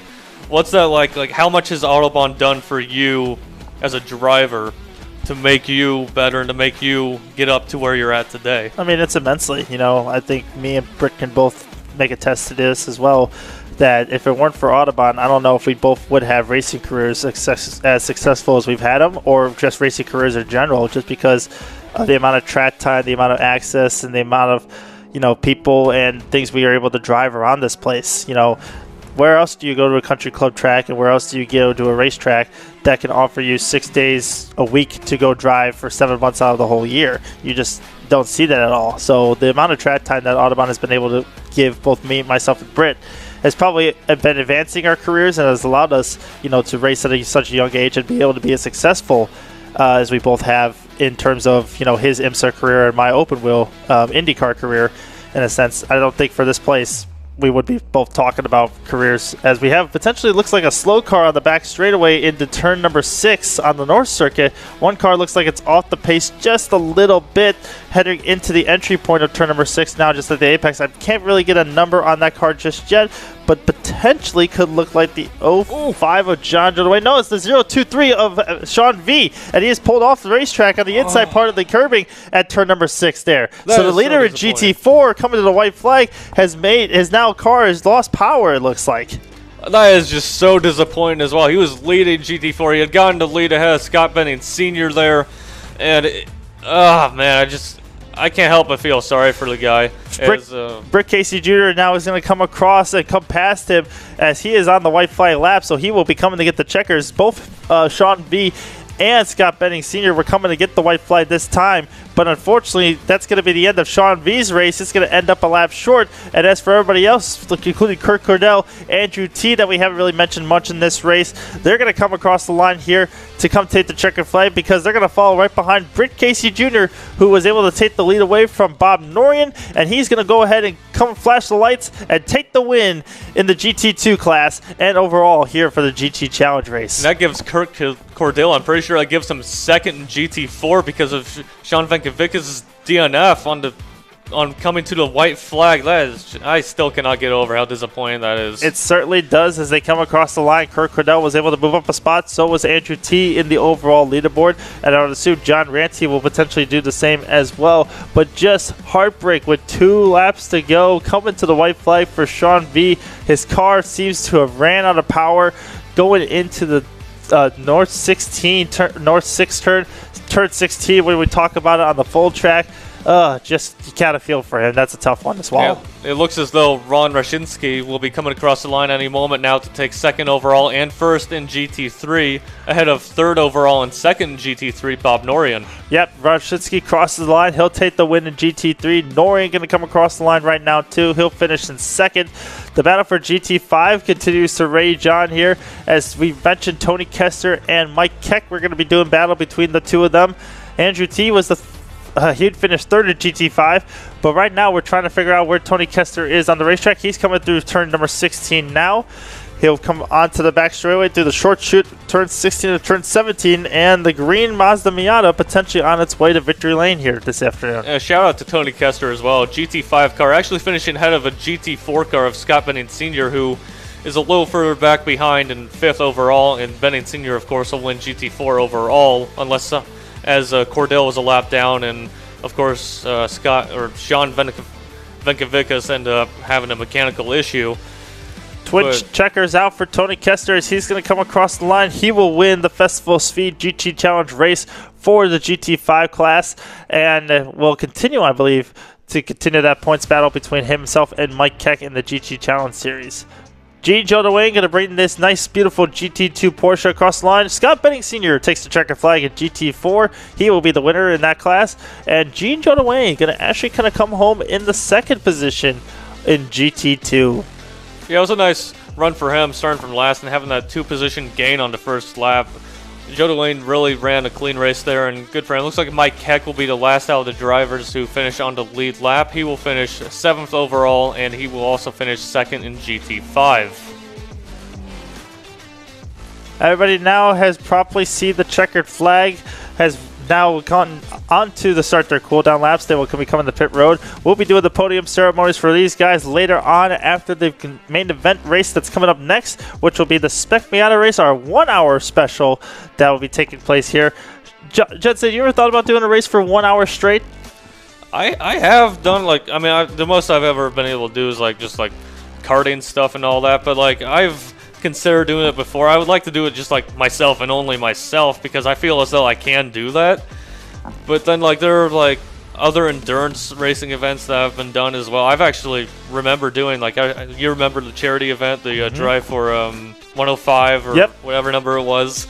I believe you did like a 2-hour stint, didn't you? I tried to do a 2-hour stint in that race just to kind of see if we could try to make some time back up in that race. But you know, having a drive in a Spec Miata, let's just say, a closed-in cockpit car that's going to be trapping a lot of heat, a lot of physical aspects that the car is going to have to give you. You're going to have a full tank of fuel with you for 1 hour of non-stop grueling action that you're going to see the Spec Miata guys go through. It's going to be a long, hard-fought race that we're going to be witnessing here in just a little bit, in just probably, I would say, roughly 10 to 15 minutes times. So in the meantime, if you haven't already, go ahead, go grab a bathroom break, go grab a snack break, go to the fridge, grab yourself a nice cold beverage, and come back and join us in a couple minutes times for a 1 hour special of our Spec Miata race here on Autobahn's Festival of Speed.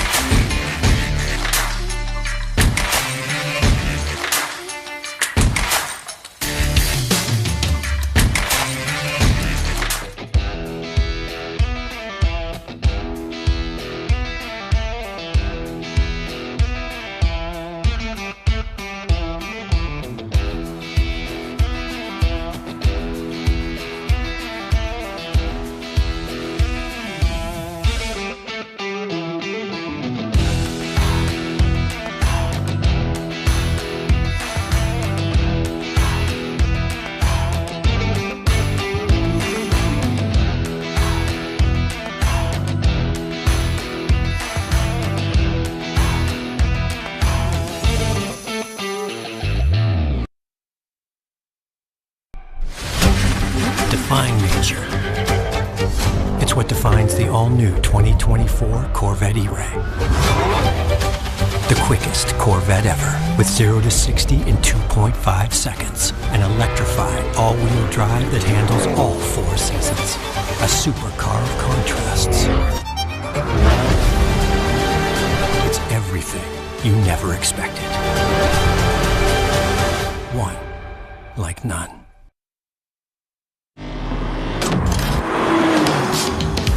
At Lexus, our motto is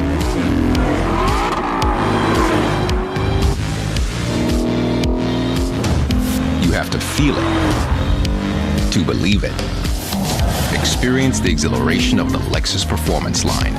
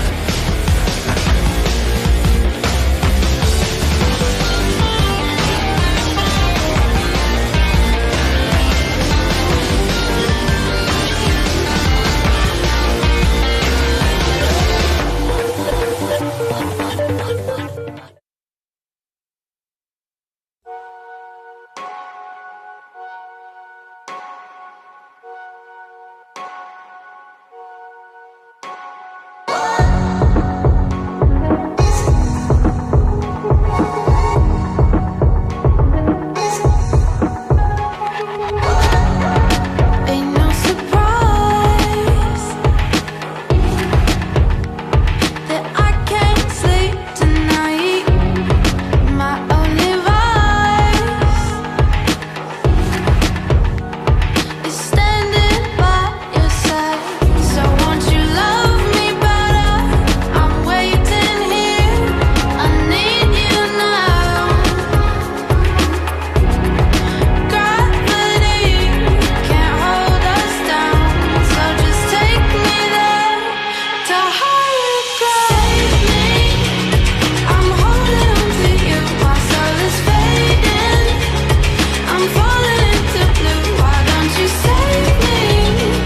My blood is running cold, so lift me up and give me higher ground.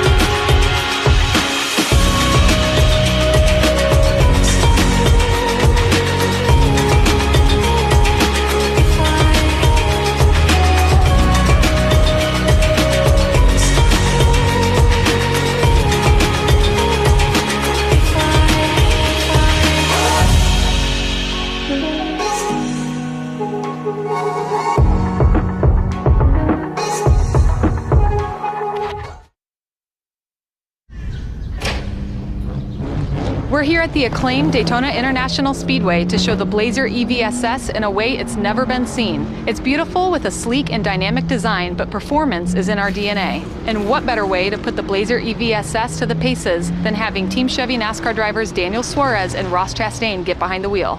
She looks fast. Sure does. You want to see what she's got? Let's go. Yoo! This is a Blazer EV-SS. Let's see what wild mode can do. Let's go. Yes! So much torque. This is what performance sounds like. What a ride. You think the Cup car will be that smooth?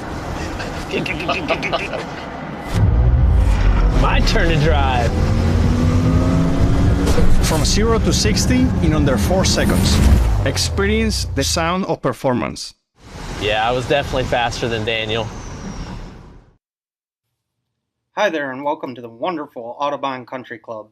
Come take a lap around our 3.56 mile full course in our Audubon Driver Academy GR86 Cup car. As the green flag drops, expect cars to go 2, 3, even 4 wide into turn 1. Will everyone make it? Only fate will tell. Hold on tight, it's a long triple apex, and settle in for a second as a short straight takes us down to turns 2 and 3.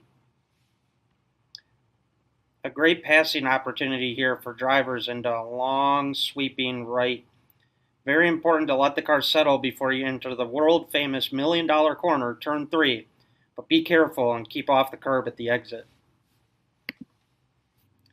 The chute down to turn 4 has the brave drivers keeping the gas pedal pinned to the floor as they turn in to hit the apex. Keep some pressure on the wheel as the turn tightens up at the exit as well. Coming up to the newly named $1 billion corner, don't turn in too early and let the car push out to the exit curb. Hug the outside in 6. A quick position change may occur here with a good run out of the last few turns. Take your first breath of the lap heading through the kink. Hard on the brakes in 8. Don't lock up and watch for cars coming up the inside.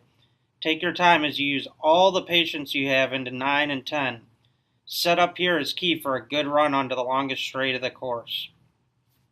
Take your time and get all the way over to the right by the dirt patch. Turn in, nice and smooth onto the gas. Now time to really get on it. At 1,800 feet, time to check your gauges, mirrors, and wave to the fans in the one and only Audubon Garage Mahals on the left. Do you want the inside or outside coming into 11? A lot of curb or no curb? A quick switch back into 12. Let the car push out and take your time, but head back to the left coming up and over the jump. Past the link and back onto the north course, down the second longest straight of the course, which leads you into the prettiest part of the track in the S's. Balance and weight transfer are the name of the game through 14 and 15. Do you brake? How much gas? Where do you shift?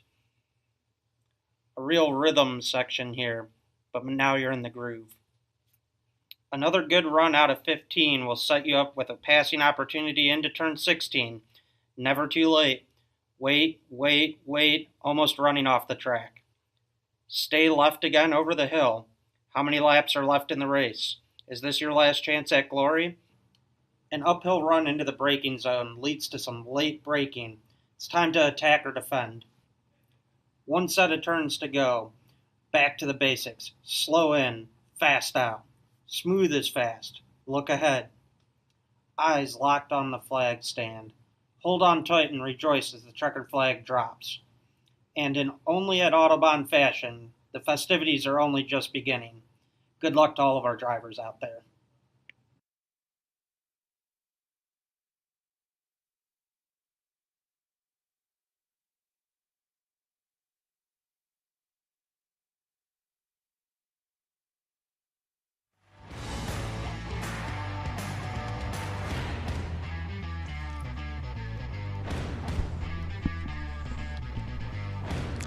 Welcome back to the Autobahn Country Club's Festival of Speed edition here for our member racing action of the Autobahn Country Club here, and we are marked as the halfway point of our season. Just past the halfway point, I would say, of the 2025 season. We get a nice shot of the old second bank deck and all the people that are standing up on top enjoying today's festivities and racing action, getting a nice bird's eye view of what it's like going past the start-finish line of our Gallagher Asphalt grandstands. Beautiful pictures also being displayed to you by our favorite drone pilots around the facility here. Some of them bringing you some of the best shots that we're seeing here on property. 3 pilots that we have on hand for us today here, bringing you all these aerial pictures and aerial coverage that we're seeing, and also the ground effect shots that you're seeing on your screen this afternoon. Spec Miata is ready to go next, but first we'll go over the results from our GT class and our GT Challenge race that just finished up just moments ago. Britt Casey Jr. was able to come away with the win in the GT2 class, finishing ahead first in GT2, but also taking the win outright and overall. In the GT Challenge class, Ron Rosinski was able to battle back from starting in the 5th spot. He finished his P2 overall, but winner of the GT3 class over his fellow competitor Bob Norian, who comes home in 2nd, finished 3rd on the track. Tony Kester was the winner in a GT5, finished 4th on the track as well, and Scott Benning Sr. was able to take away the victory in a GT4, but coming home in the 5th position on track. Gene Jodawayne comes home in 2nd in GT2, he'll finish in 6th. Mike Keck come home in for the GT5 class. He'll finish 2nd at GT5, but will finish 7th on the racetrack. Kirk Cordell finished the 2nd after Sean V had his unfortunate incident with there's about 2 laps to go. So he'll finish 8th on track, but 2nd in class. Andrew T will finish to round out the podium at GT5, finished 9th on track. And John Ranty will round out the top 10 in the GT3. He'll finish 3rd on the podium. And unfortunately, Sean V rounding out the field, finishing in 11th.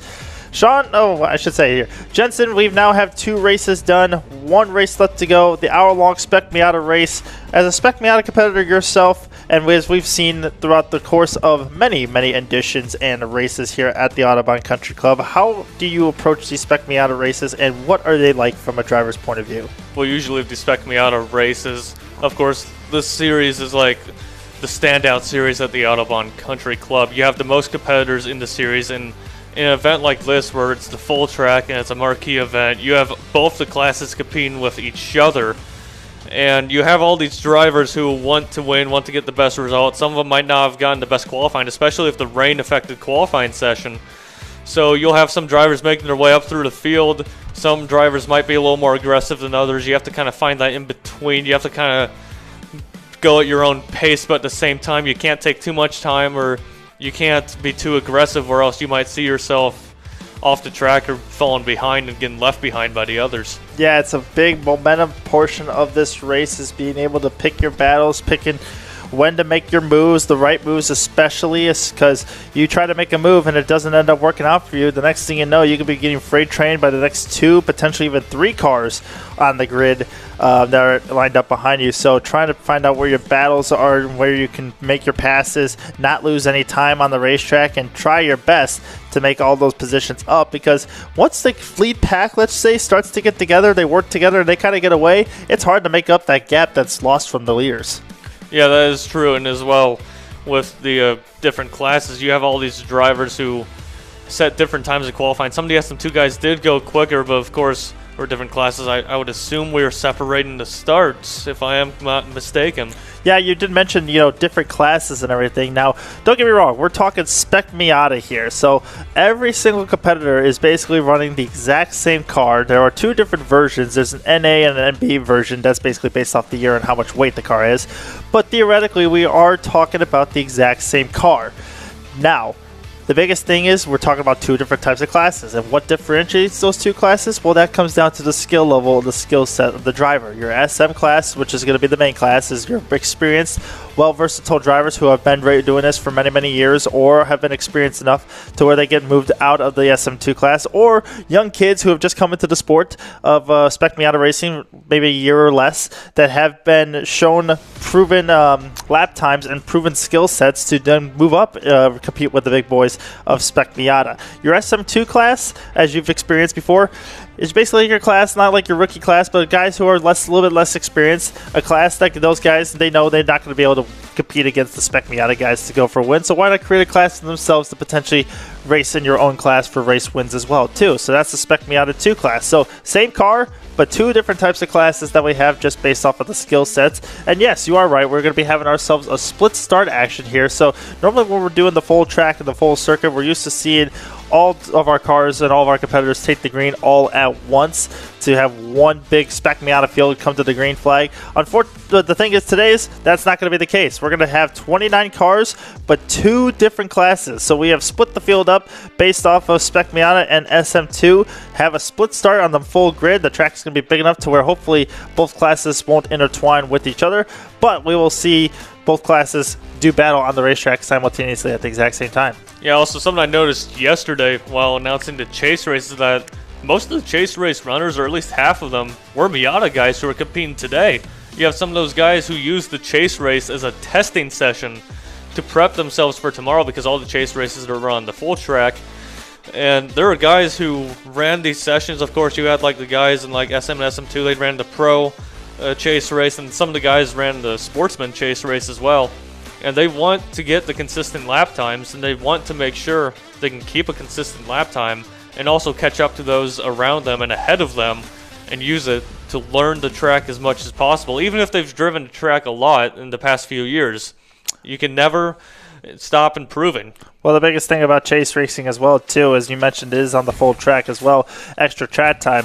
The biggest thing about these festival weekends is it's 3 days of full track activity. Friday, Saturday, Sunday, every day of the weekend is full track every single day. Starting off with our full track Friday events, which was sometimes when the chase races happen. You then go into your race day, which is today, or Saturday events, and then our family day that's happening out tomorrow on Sunday, capping off the weekend of Festival of Speed, part of our 3 weekend festival weekends here at the Audubon. Pace car lights are on, and the Lexus LC 500 pace show cars and the IS 500 pace car in front of the field. The grid person is now pointing the people by. We are now continuing to start to split the field. 1 pace lap around this 3.56 mile track, and the Spec Miata competitors have now started rolling and are getting into their grid spots. And with that, they are now starting to roll on the track. Let's go ahead and go through the starting grid for today's action. On the pole is going to be young Gavin Gleitzman, comes away with the recent race winner here at the Audubon Country Club, as well as our recent Faro race winner. Faro was a group of down in the south that has raced around Florida, different parts of the tracks around the country and the south, came up to the Audubon Country Club for a special weekend, and Gavin Gleitzman, being the hometown favorite he is, was able to take home the win in that race, along with some cash prize money to go along with it. He will start on pole. He's been on a hot streak as of late. Mike Ryan, one of the guys who has been around this sport for quite some time, is now getting his best starting position of his career here at the Audubon Country Club, starting P2 alongside pole sitter Gavin Gleitzman. Brandon Collins, another young hot shoe has his name well versatile and well known around the country club, champion around here as well. We'll start alongside MX5 competitor Ethan Tyler. He'll be rolling off in the 4th spot. Scott Bauer will roll off in the 5th position in his number 190, along with defending champ Taro Kishida in the number 60. He'll roll off for the P6 spot. Matt Keck is going to roll off in P7, along with Billy Benning in the number 77 in the 8th spot. Jackson Wolney, a young Carter rookie season, making his Festival Speed debut here in the 9th position, along with Scott Bowman in the 10th spot. Josh Dale is also going to be alongside, will be in row number 6 on the inside there. Another rookie in the SM category, was in SM2 last year, but has moved himself up into the Spec Miata field. He will start from the 11th position, and Noel Sachs, who has moved up from the SM2 into the Spec Miata field, is going to start in the 12th position. Our Grand Marshal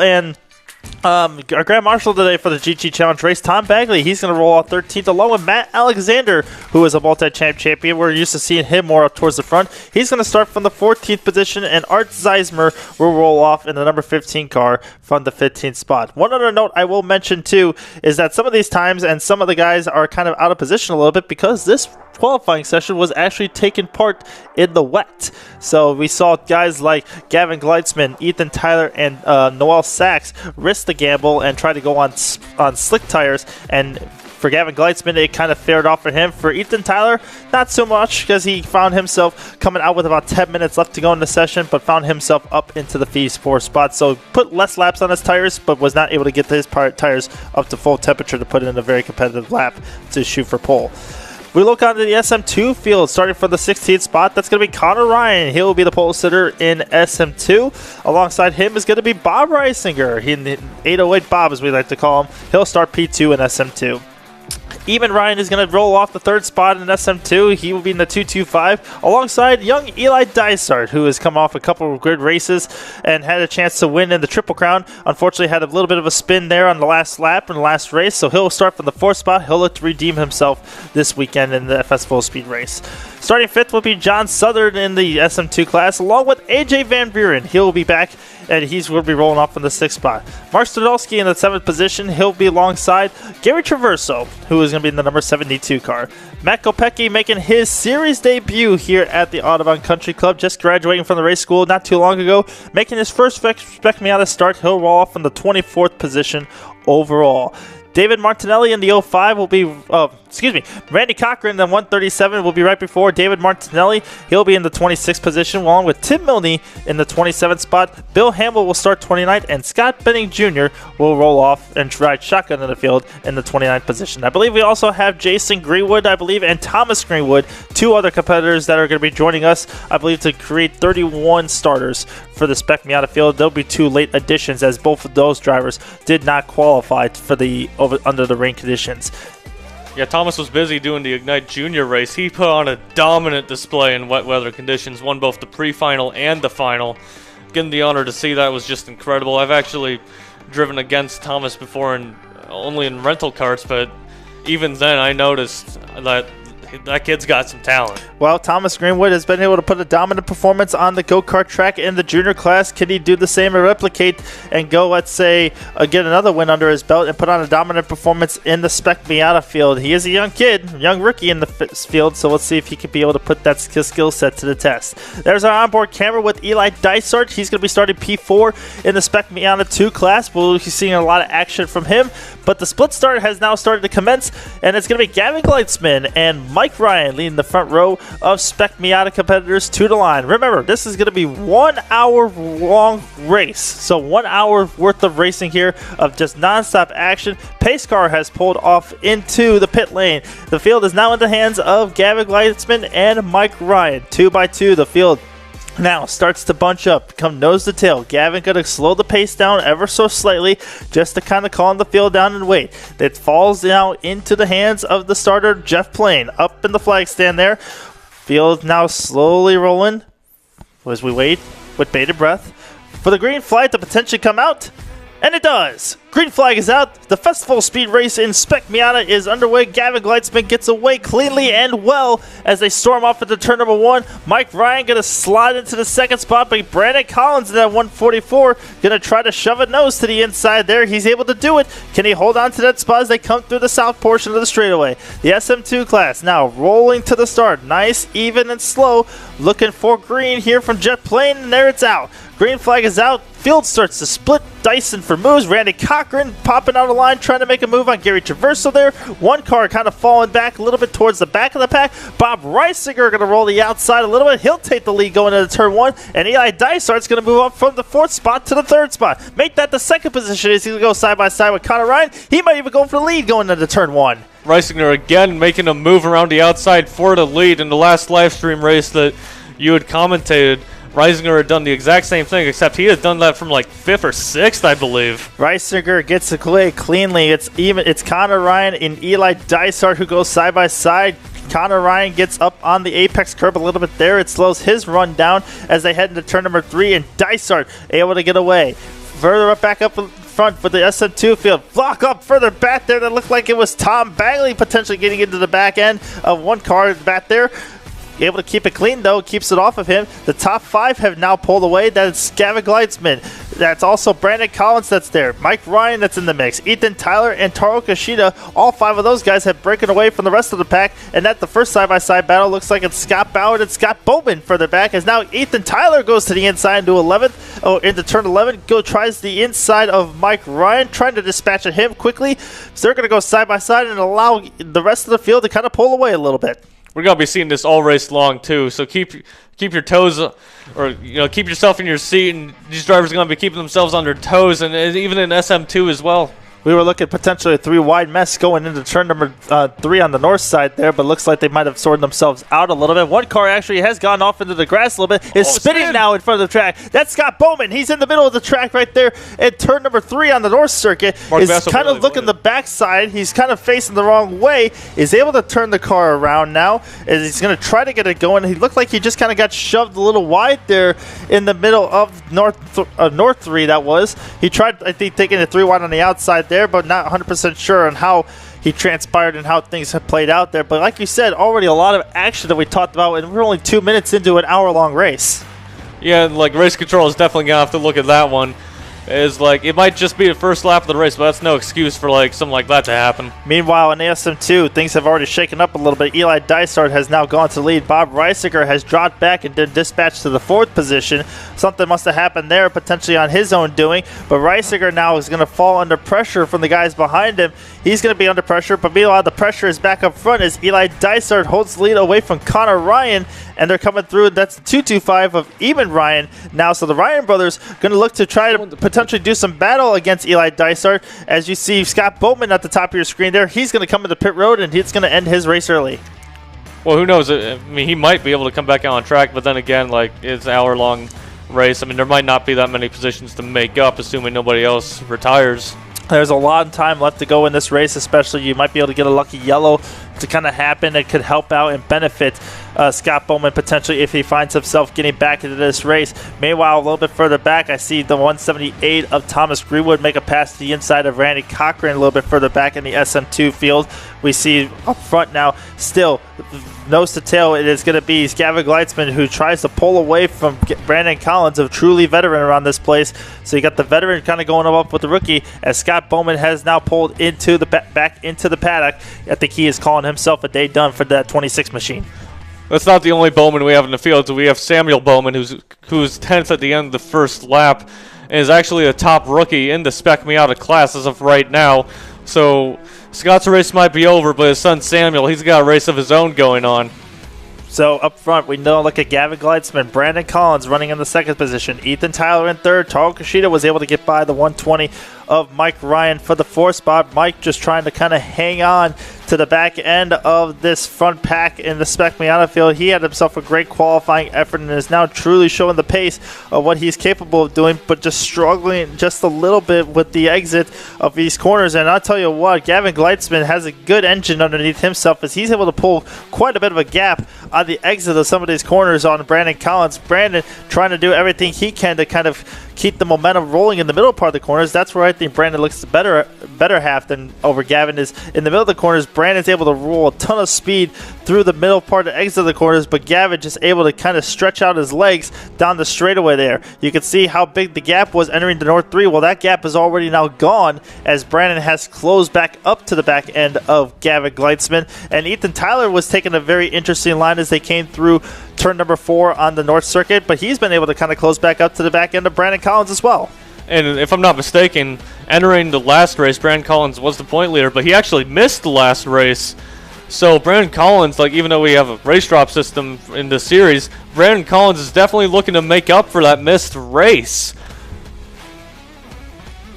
Field now coming back across the start-finish line. Gavin Gleitzman continuing to lead the way over Brandon Collins, has stretched his advantage now out to about a car length to 2.5 to 2 car lengths, but that is now gone as Brandon under the brakes was able to close up a tremendous amount of gap and a tremendous amount of time on the number 51 machine of Gavin Gleitzman.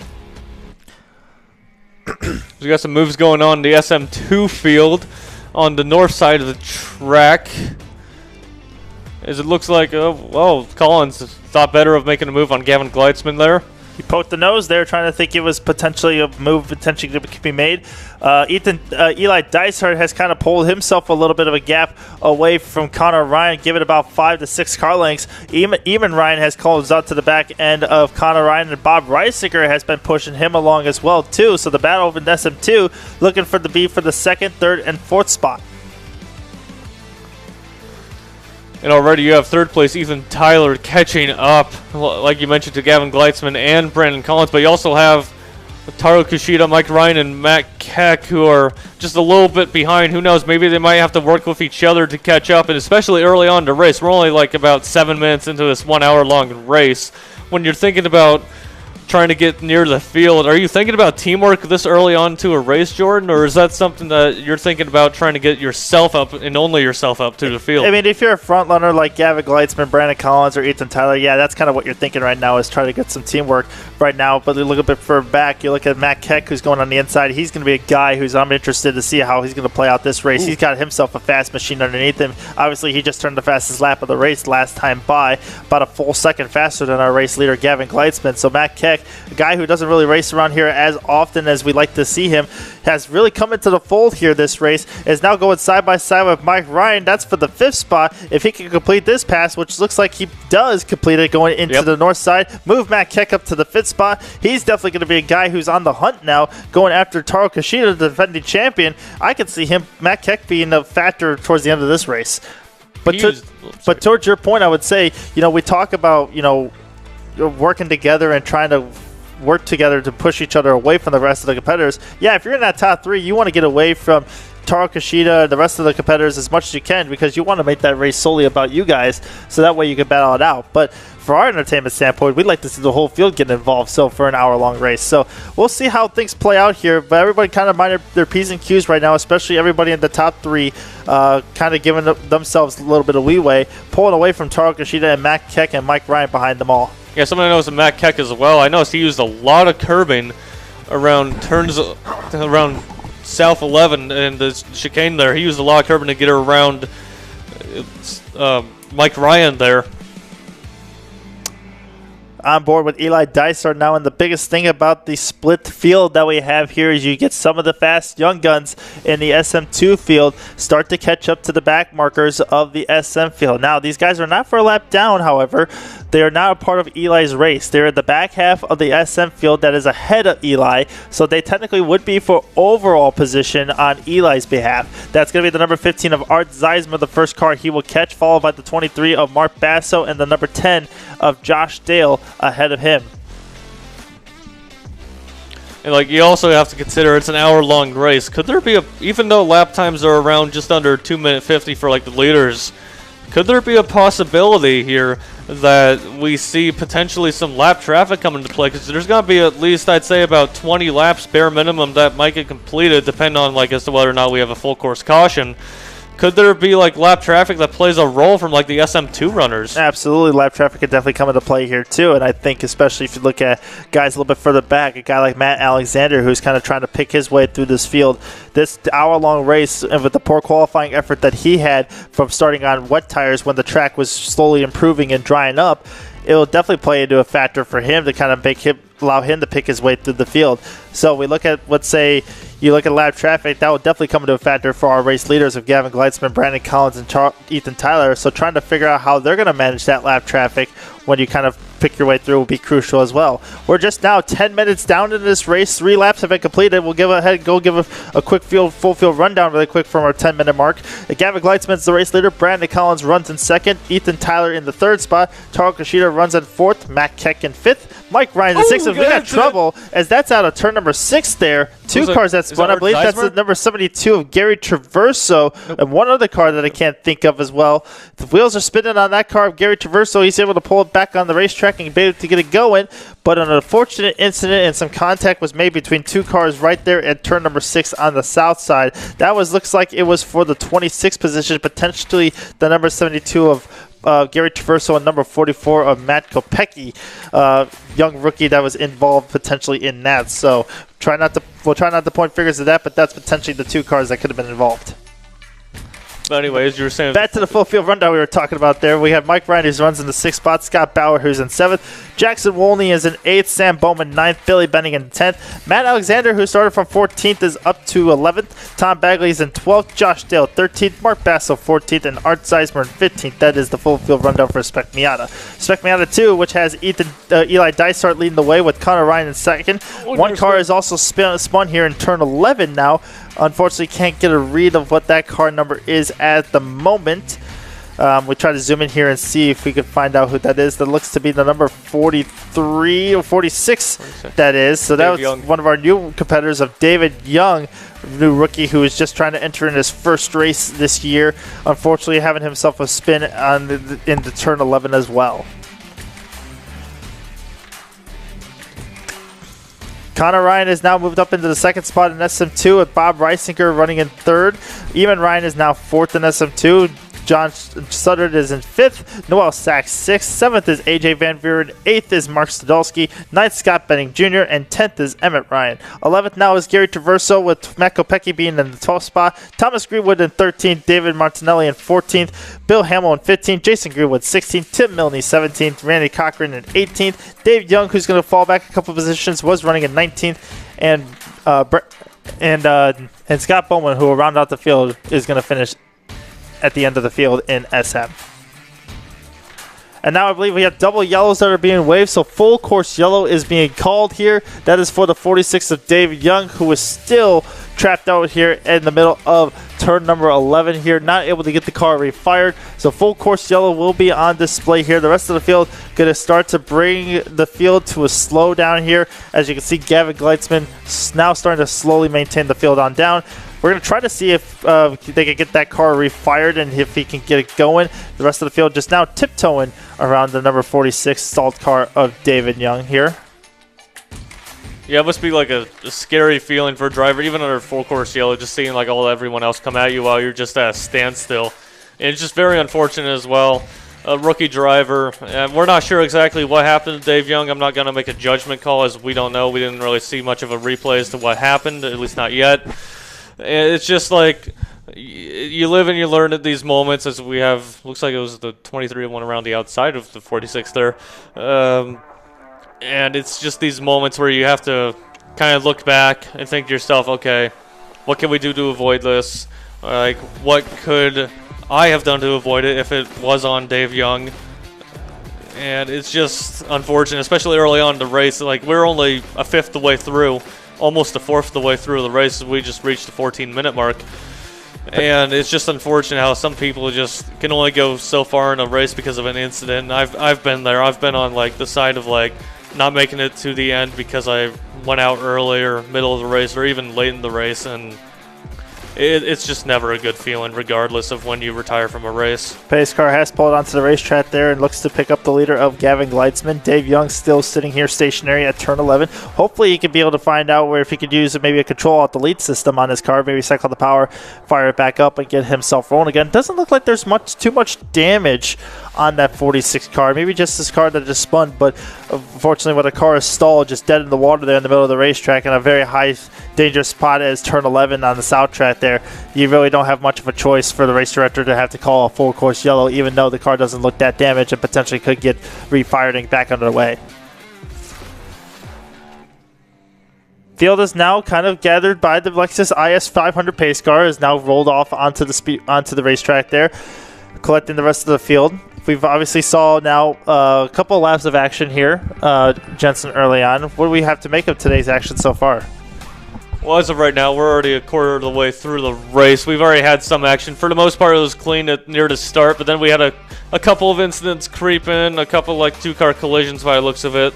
And then, of course, we had the incident of Dave Young at the middle of South 11, and that's what caused the first full course yellow. And usually full course yellows like this usually bunch field back up, so it means less of a chance of lap traffic being in the way come the end of a race, because usually with lap traffic, especially on the full circuit, it's rare to see that happen. It's like you only see like maybe at most a handful of guys if the race goes all the way green. Unfortunately, in this case, we had to use a full course yellow at the quarter of the waypoint.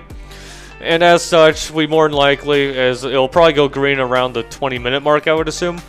So more than likely, there will not be any lap traffic. Thankfully, everybody will seemingly finish on the lead lap for all those who will finish.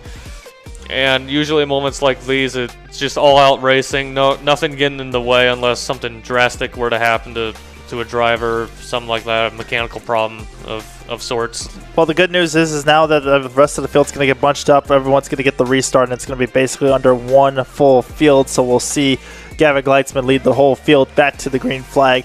We're also going to see, as we get, like you mentioned already, no one's going to go and fall and lap down. But now everyone's going to have enough fuel to kind of save to make it the whole way on their fuel tank. So everyone was kind of speculating a little bit if they were going to be able to make the whole race on one fuel tank and everything, given that these cars only have 10 gallons in their cars for Spec Miata. We were all hoping to see if they would be able to make it the whole way, given that it is the full track for a 1 hour long distance race. We also like to thank our sponsors, First Bay Car Processing and Race Caddy, for providing these pictures, as well as being the primary sponsors of the race and allowing us to have this production put together and allow you to bring you the festival speed action here from the Audubon Country Club.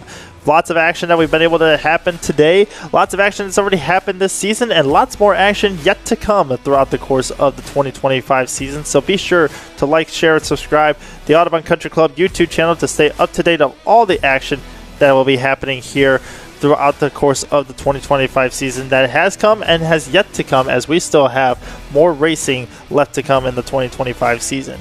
As we saw right there, based off of pictures, safety team was able to pull the number 46 of Dave Young's car off the racing surface and now has kind of gotten it off into a safe place. Up to the race director now if we're going to bring out the flatbed to come pick up that car, if we put it behind the guardrail until later on to get this race back under green as soon as possible. Hopefully enough, we are able to go back green the next time by when we come back, which you were right, Jensen. We're probably going to be at around that 20-minute mark by the time we get back to green. So you're looking at potentially 40 minutes or less of green flag racing action. Assuming the race is to go green the rest of the way, and of course, with a third of the race already done, some drivers might be wanting to make their way throughout the field. Some drivers might not have made the progress they've wanted to make throughout this race, and some drivers might have made more progress than they've wanted to make. Some might be thinking to themselves, okay, I can keep doing what I'm doing, it's going to work out, and if not, deal with the consequences. And some drivers might be thinking to themselves, if they've made the progress, like, maybe I can lay back a little bit, especially if they're like in a lower class, like in an SM2.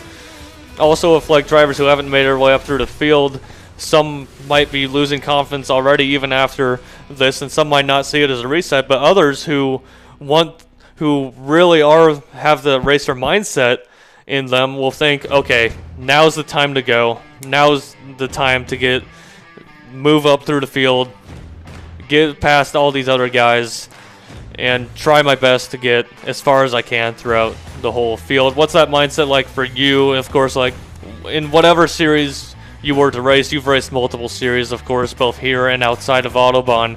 What's that mindset like for you? What's your take on that? Well, obviously, when you come to a restart here, it's about, obviously you mentioned the field bunches back up and gets close with one another, and it's a good opportunity to make passes happen and get some positions made. So, obviously, when you look at it from this standpoint, this is a good opportunity for guys like, let's just say, Matt Alexander, the guy who started in 14th, was able to make up 4 spots on the first initial restart, is now up to 10th spot. He's a little bit closer to the likes of his friendly competitors of Gavin Gleitzman, Brandon Collins, and Ethan Tyler, but he's got to be able to make some moves. He's got to get by the 131 Jackson Wolney, Sam Bowman, and Scott Ballard if he's going to want any shot to go after those leaders to start making some headway up. Another one that affects too is Matt Keck. He started 7th. First couple laps there, he's able to show he has good pace in his car. He's got a strong motor underneath it. Was able to make some good moves. Went from 7th up to the 4th spot, past the likes of Mike Ryan, Taro Kushida, and even Scott Ballard himself. So was able to kind of move up to the 4th spot. Now he's within striking distance of Ethan Tyler, Brandon Collins, and Gavin Gleitzman. All 4 going to be on this restart. Yeah, and like right in a restart like this, and of course, while we're not quite at the halfway point, we'll probably be about the 2/5 point by the time we go back green, as the safety truck is towing away the 46 of Young, and of course taking the access road there that kind of separates the north and south track. But a lot of these drivers, it's a fact of you gotta take your gun out and take the shot. In racing, it's guns before nuns. You have to get the move done. You have to get up the field as quickly as possible. Me personally, you want to do it right. You can't be too aggressive, or else you'll probably get yourself penalized and maybe even wreck yourself out of the race. But you want to make sure you get up through the field, because in a caution like these, you have to take a moment to reflect in your mind, like, okay, here's what I did right in the first part before the caution came out. Here's what I did wrong. I gotta take out those errors. Not even limit them. You gotta take them out completely. And you gotta focus on making sure you get all the positives lap by lap by lap until the end of the race. Yeah, a big factor that's going to happen here is when we look at the SM2 field. Eli Dysart, obviously, he was able to kind of come away with the race lead after the mistake that Bob Reisinger has made on the first lap. He dropped him from the lead down to the 4th spot. So Eli's now got himself in 14th position overall, but he's got himself and he's got Mark Bassel right behind him, in between himself and Connor Ryan. So an SM car that's split between an SM2 car, that's going to play a little bit of dividends in terms of lap traffic for the SM2 field. And then you're going to have Connor Ryan, Bob Reisinger, and Eamon Ryan before you have Art Zeismer, another SM car that's kind of trapped in between the SM2 field as well, too. So when you talk about, we talked about lap traffic, not really much of a factor. However, lap traffic is going to be played a little bit of a factor, or slower traffic is going to be played a little factor in the SM2 field. So how are they going to be able to dodge around that, knowing that everyone's on the same lap, going for the exact same spot and same part of the race, but you're fighting in 2 different classes? Yeah, and you could also look at like the qualifying. While today's qualifying might not be the best representation, considering how it was raining during qualifying, and you had some SM2 guys who were quicker than SM guys because some might have been on different tire compounds and all that. You'll still have some SM2 guys who might be a little quicker than the SM guys. They might have their car set up a little better, and in some cases, they might be a better driver than some of the guys in SM. I'm not gonna say who's better than who, but you'll have moments like that, as it's not going to be a split start after the full course yellow. And it's like you see in IMSA and World Endurance, like they all start together like after a full course yellow compared to the start of the race. And you want to run your own race, but at the same time not be a nuisance to those in a different class. And that also goes for the guys in the quicker class as well. You don't want to be a nuisance to the guys in SM2, is more than likely they'll be at the front of the field. If you're in a higher class, you'll be around some guys in a lower class who are near the front of the field, unless something were to happen to your car mechanically during a race. But you want to make sure that you have the respect for the drivers. You can compete with them, but you got to have the respect for them as well. So we see some of the guys in the class right now, and especially in the front runners, all waving back and forth as we got in the call that we're getting ready to go green this time by. Lights have been put out on the pace car here, so we're seeing lots of guys starting to wave back and forth, trying to clean off their tires. Some of them even gassing and braking, trying to put some extra heat into the tires as well, too, in their Hoosier RS7s. So, getting ready for a restart here. We have a bunch of guys up at the front. We have the 2 young kids of Sam Bowman and Jackson Wolney, both in the 8th and 9th spot, just outside the top 10. You got the veteran of Matt Alexander behind them. Those are going to be 3 guys once to watch here as we get ready to go back to green. Pace car now rolling through turn number 16 and 17. Gavin Gleitzman going to have the field at his hands as we get ready for the restart here. We're just now past 24 minutes, 30 seconds. It's going to be coming to 25 minutes left to go. We're going to have 35 minutes of green flag action, hopefully the rest of the way through, to finish off the 1 hour special of the Festival of Speed finale feature race. Pace car going to now pull off into pit lane. Gavin Gleitzman has the field at hand. Brandon Collins right behind him, looking to kind of already lie back a little bit, trying to time the restart to where he can get a little bit of jump and momentum off of him. Ethan Tyler's going to be right behind him in the third spot, already onto the back bumper of Brandon Collins, with Matt Keck lined up in the fourth position, Taro Kashida fifth, Mike Ryan in sixth, and then we got Scott Bauer in seventh. Green flags back in the air. We are all rolling, splitting 2 or 3 wide further back in the pack. They come across the line 4 wide looking further as Eli Dysart makes a move on Josh Dale, potentially looking to the inside of Jackson Wolney. Got past the 157 of Matt Alexander, who was taking the restart very cautiously, but also potentially made up a spot as well as going into turn number 1. Rest of the field now cycling its way through, going into the south portion of the track. Brandon Collins has made his way to the lead. Gavin Gleitzman gets shuffled out to the second spot. Ethan Tyler trying to roll the outside as one car goes off the track. I believe that might be the number 3 of Tom Bagley, who now has dipped 2 tires and 4 tires off into the grass. He'll continue on going as the field rockets off into turn number 4. Looks like the 100 car has pulled into the pits. We're not sure exactly what happened there. It looks like their day is done. That would be the 100 of Jason Greenwood. So he's called his race a couple laps early, I would say. As we're back on board, this looks like it's the number 28 machine of Eli Dysart, caught up in the thick of the action now as they rocket through turn number 6 on our south circuit. Going through the kink at turn number 7. Collins leads the way over Gavin Gleitzman in the second spot. And then you got a battle right here that looks like Matt Alexander, who looks to be going to the inside, goes a little defensive, tried to make a move on I believe that was number 10 of Josh Dale, but great observation and great maneuvering by number 28 of Eli Dysart to break on the racing line. Was able to outbreak Matt Alexander going to the corner and give him that spot. He'll move up his position even though he's out of class and leading the SM2 field. Eli Dysart is making a name for himself here in Spec Miata. And now we got a battle for lead as Gavin Gleitzman goes to the outside of Brandon Collins going into the turn 11 famous corner. Eli trying to go to the inside of Josh Dale. They potentially make for contact and run fenders with one another. Here comes Matt Alexander with the run. He's now going to get the draft from Josh Dale and potentially get passed by Eli Dysart. You know the good thing about Eli Dysart here, what he's doing here, I think what he's doing here is a really intelligent move because he's a few positions ahead of the next SM2 guy. He's got a bit of a buffer between himself and second place in SM2, who I believe is Connor Ryan as of right now.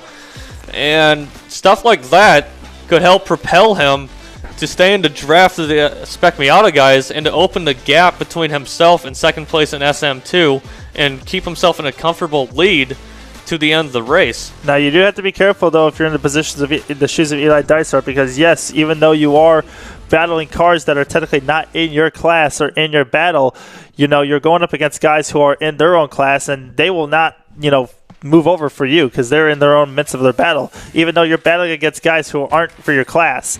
So Eli's got to be very careful to pick his battles and choose when he wants to make a pass and when he doesn't as they come in. As one car looks like he spun at the exit of turn number 9 there in the middle of the track. He keeps it going though. That was one car that I can't really tell who that was coming across the line, but it looks like it might have been the 157 of Matt Alexander. Matt Alexander was able to keep the car going. Now he's able to keep it rolling, but had a little bit of an incident coming out of turn number 19, it looks like there. Cross flags were in the air by the starter of Jeff Plain, so we are now halfway through the race here, but a huge incident there and a big tough break going to be for Matt Alexander in that 157. Despite the fact we haven't even reached the 30-minute point, we're halfway through a race. That is because by the time we do reach the 30-minute point, that will be before the drivers cross the line again. Back on board with the number 28 of Eli Dysart now as he's kind of made his way. He's already up to the 12th position, but the next car behind him is going to be the 808 of Bob Reisinger, the next car in his class. So he's going to now have a battle reaching up on his hands, as long with Connor Ryan and Eamon Ryan right behind them. Right now, Eli Dysart has himself about a 2.4 second gap to the 808 of Bob Reisinger right behind him. Oh, wow, look at, we got a fourth car in there. We got the 0-1 of Matt Keck, who made moves early on in the race. He has now reached the lead pack. He's now made a 4-car battle for the lead. You, of course, have both Taro Kishida and Mike Ryan a little bit through behind, maybe even Samuel Bowman as well. But, oh, you got a battle for second going on here between Ethan Tyler and Brandon Collins. Will Collins lose another position? It looks as if he will. Ethan Tyler moves up into second. Collins stays in third. Gavin Gleitzman, that is exactly what he wants to see. Oh, we got a car that went off a little bit there. I can't quite tell what number that is. So that's Scott Ballard right there, who just went off track a little bit. Then now Josh Dale squeezes on the outside of Jackson Wolney there. Here comes Connor Ryan. He's going to go to the outside of Bob Reisinger as they come through the extension here. A couple of guys making some dicey moves down as they come to the extension there over onto the North Circuit. Beautiful move made by Josh Dale to just squeeze his nose in there on the outside of, I believe that was the number 131 of Jackson Wolney. So he was able to move up another spot. Ethan Tyler, as you mentioned, made the beautiful move to the inside of turn 11 on Brandon Collins there. Matt Keck has come into the fold now. He looks to him. I look for him to be making a move potentially on one of these three guys here in just any moment now. Scott Ballard lost a trio positions there. That's not a mistake you want to make, especially halfway through a race. Gap now is probably extended out to about 3 or 4 car lengths now between Gavin Gleitzman and Ethan Tyler. Gavin has been able to kind of pull away ever so slightly a little bit. But these guys have been battling, have allowed him to do that. Here comes Matt Keck with a big run to the back end of Brandon Collins. Will a move be made? No, he's going to think better of it. Stay tucked in line. Collins, though, all over the brakes going into the back end of Ethan Tyler. Scott Ballard deep on the brakes, goes into the corner of the 131. Crash. The 130 camera's not showing it. There was a crash. The 190 of Scott Ballard went into the corner there way too deep. Just overshot the brake zone a little bit on Jackson Wolney there. And Scott Ballard actually spun here onto the inside part of turn number 1 there. So the car now stopping, has stationary right there in the inside part of turn number 1. He's looking to try to get the car refired or re-going. He looks like he's got the wheels kind of straightened up to where he can continue on and get moving. He's just looking for a safe place to re-enter, and Scott Ballard able to keep going now and continue on with the race. Man, Scott Ballard's day has just gone from bad to worse. First, he has that off near South 11, and now he gets involved in that incident there that involved the 77 of Billy Benning there. It's just not how you want your day to go, especially at this point of a race. Yeah, Ballard really tried to kind of fire it up to the inside there on the Jackson Wolney there. Was able to make the moves kind of stick for the most part. Misjudged the braking point just a little bit. Ended up going a little wide there, and I think he might have just lost the rear end handling of that car, and it forced him to kind of just spin off to the inside part of the track there. So unfortunate circumstances for Scott Ballard there, but I applaud the effort to go for the move, but just couldn't be able to pull it off. Yeah, and thankfully it did not cause another full course yellow. It looked as though like there's a lot of bumping and banging there. That's why I thought it was a crash at first. Thankfully it wasn't as bad as what I thought it would be. And because of that, we're able to stay green.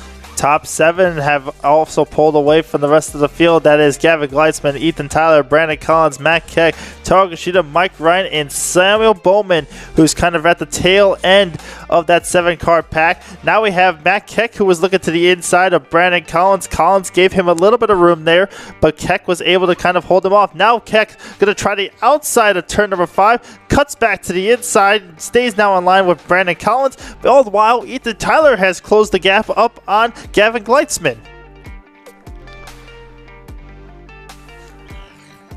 Rest of the field now roars through to North 6, heading on to the short chute from 6 to 7. Gleitzman leads the way. Ethan Tyler trying to bring in a little bit of gap, and he's able to close the gap now to about a car length and a half, potentially 2 car lengths on Gavin Gleitzman, using the draft to a full effect here. And then you got Brandon Collins further back with Matt Keck, but you can't count out the defending champ and 2-time champ of Taro Kishida. He has now come onto the scene and is really charging hard. Called up to the back end of Matt Keck, and is going to be really putting up the pressure on the both. Yeah, Kushida reminds me a lot of Scott Dixon. Sometimes like he's not going to be starting near exactly the front, but usually at the end of the race he's going to be there. He's always going to be there fighting for the win. And whenever someone might think of count 'em out, well, think again, because Kushida's up there fighting for a win. Eli Dysart in SM2 has pulled away quite a bit of a gap over Connor Ryan. It's a 4.3-second advantage that he has over Connor Ryan. Meanwhile, Eamon Ryan has gone up to the 3rd spot. John Sutter has gone up to 4th, and Bob Reisinger has fallen back to the 5th position. So something has gone a little awry for 808 Bob Reisinger in the last couple laps.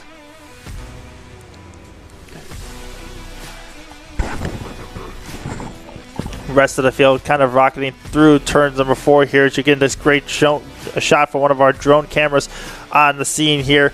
Coming through turn number 4, you can see how much speed these cars are carrying through the apex corners all the way to the exit curb, and how fast turn 4 on our south track is known for. It's one of the notorious corners as one of the fastest corners on the racetrack because it goes downhill and then it compresses at the bottom of the hill and then starts to rocket uphill, so where you can carry a lot of speed and keep yourself in the full throttle. In a Spec Miata like this, it's maybe a little bit of a dab of a brake, then you're back at throttle. But when you talk about a high downforce car like a Radical or a Formula car, it's nearly, if not flat out, through that corner.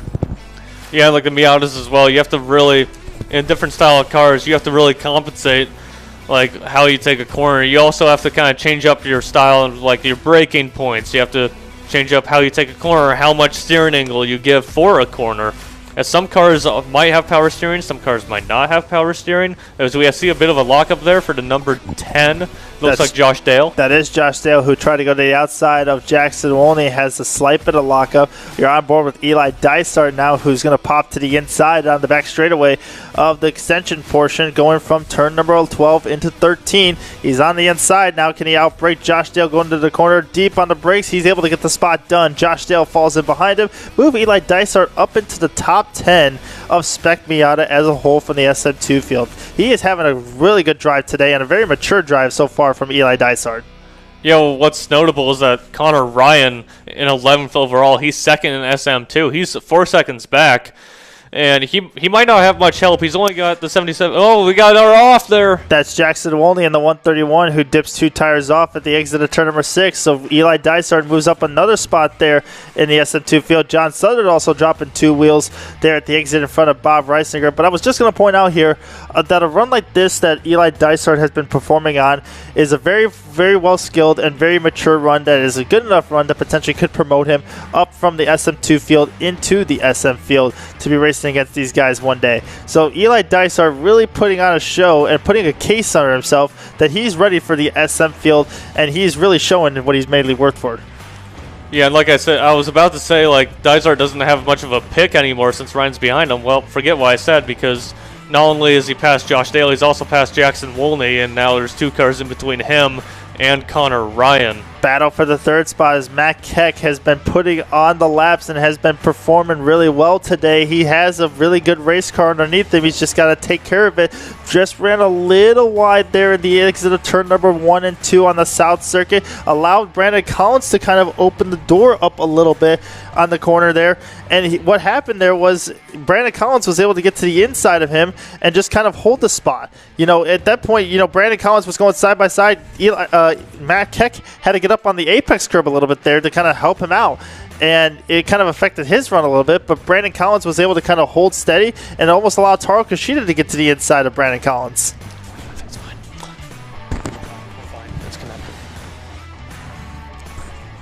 Yeah, we have now passed the 3/5 of the way point of the races. We're actually just about now 38 minutes in, just a little past the 3/5 point of the race. We got around 40% of the race to go. And already it looks like Gavin Gleicksman, Ethan Tyler pulling away from 3rd place Matt Keck, and Keck, Collins, Kushida, and Ryan, well, Mike Ryan to be more specific, they are going to have to work together at this point if they want any chance to catch both Gavin Gleicksman and Ethan Tyler. Either that and or hoping that Gleicksman and Tyler battle it out for the win. Very likely could they start to battle it out with each other here, as Gavin Gleitzman has now put in the fastest lap, and Ethan Tyler is probably either going to put in the fastest lap this next time by, or he's going to potentially try to gain back on Gavin Gleitzman and make a move happening, as we saw Matt Keck with a big slide through turn number 4 there. He was able to kind of hang on to it just now, and then we also have Brandon Collins, who caught right back up to the back end of Matt Keck there. So Keck trying to kind of push the car as fast as he can to go catch those 2 leaders, but in the meantime, is kind of overdriving just a little bit, and it's allowing the rear end of the car to kind of just step out on him.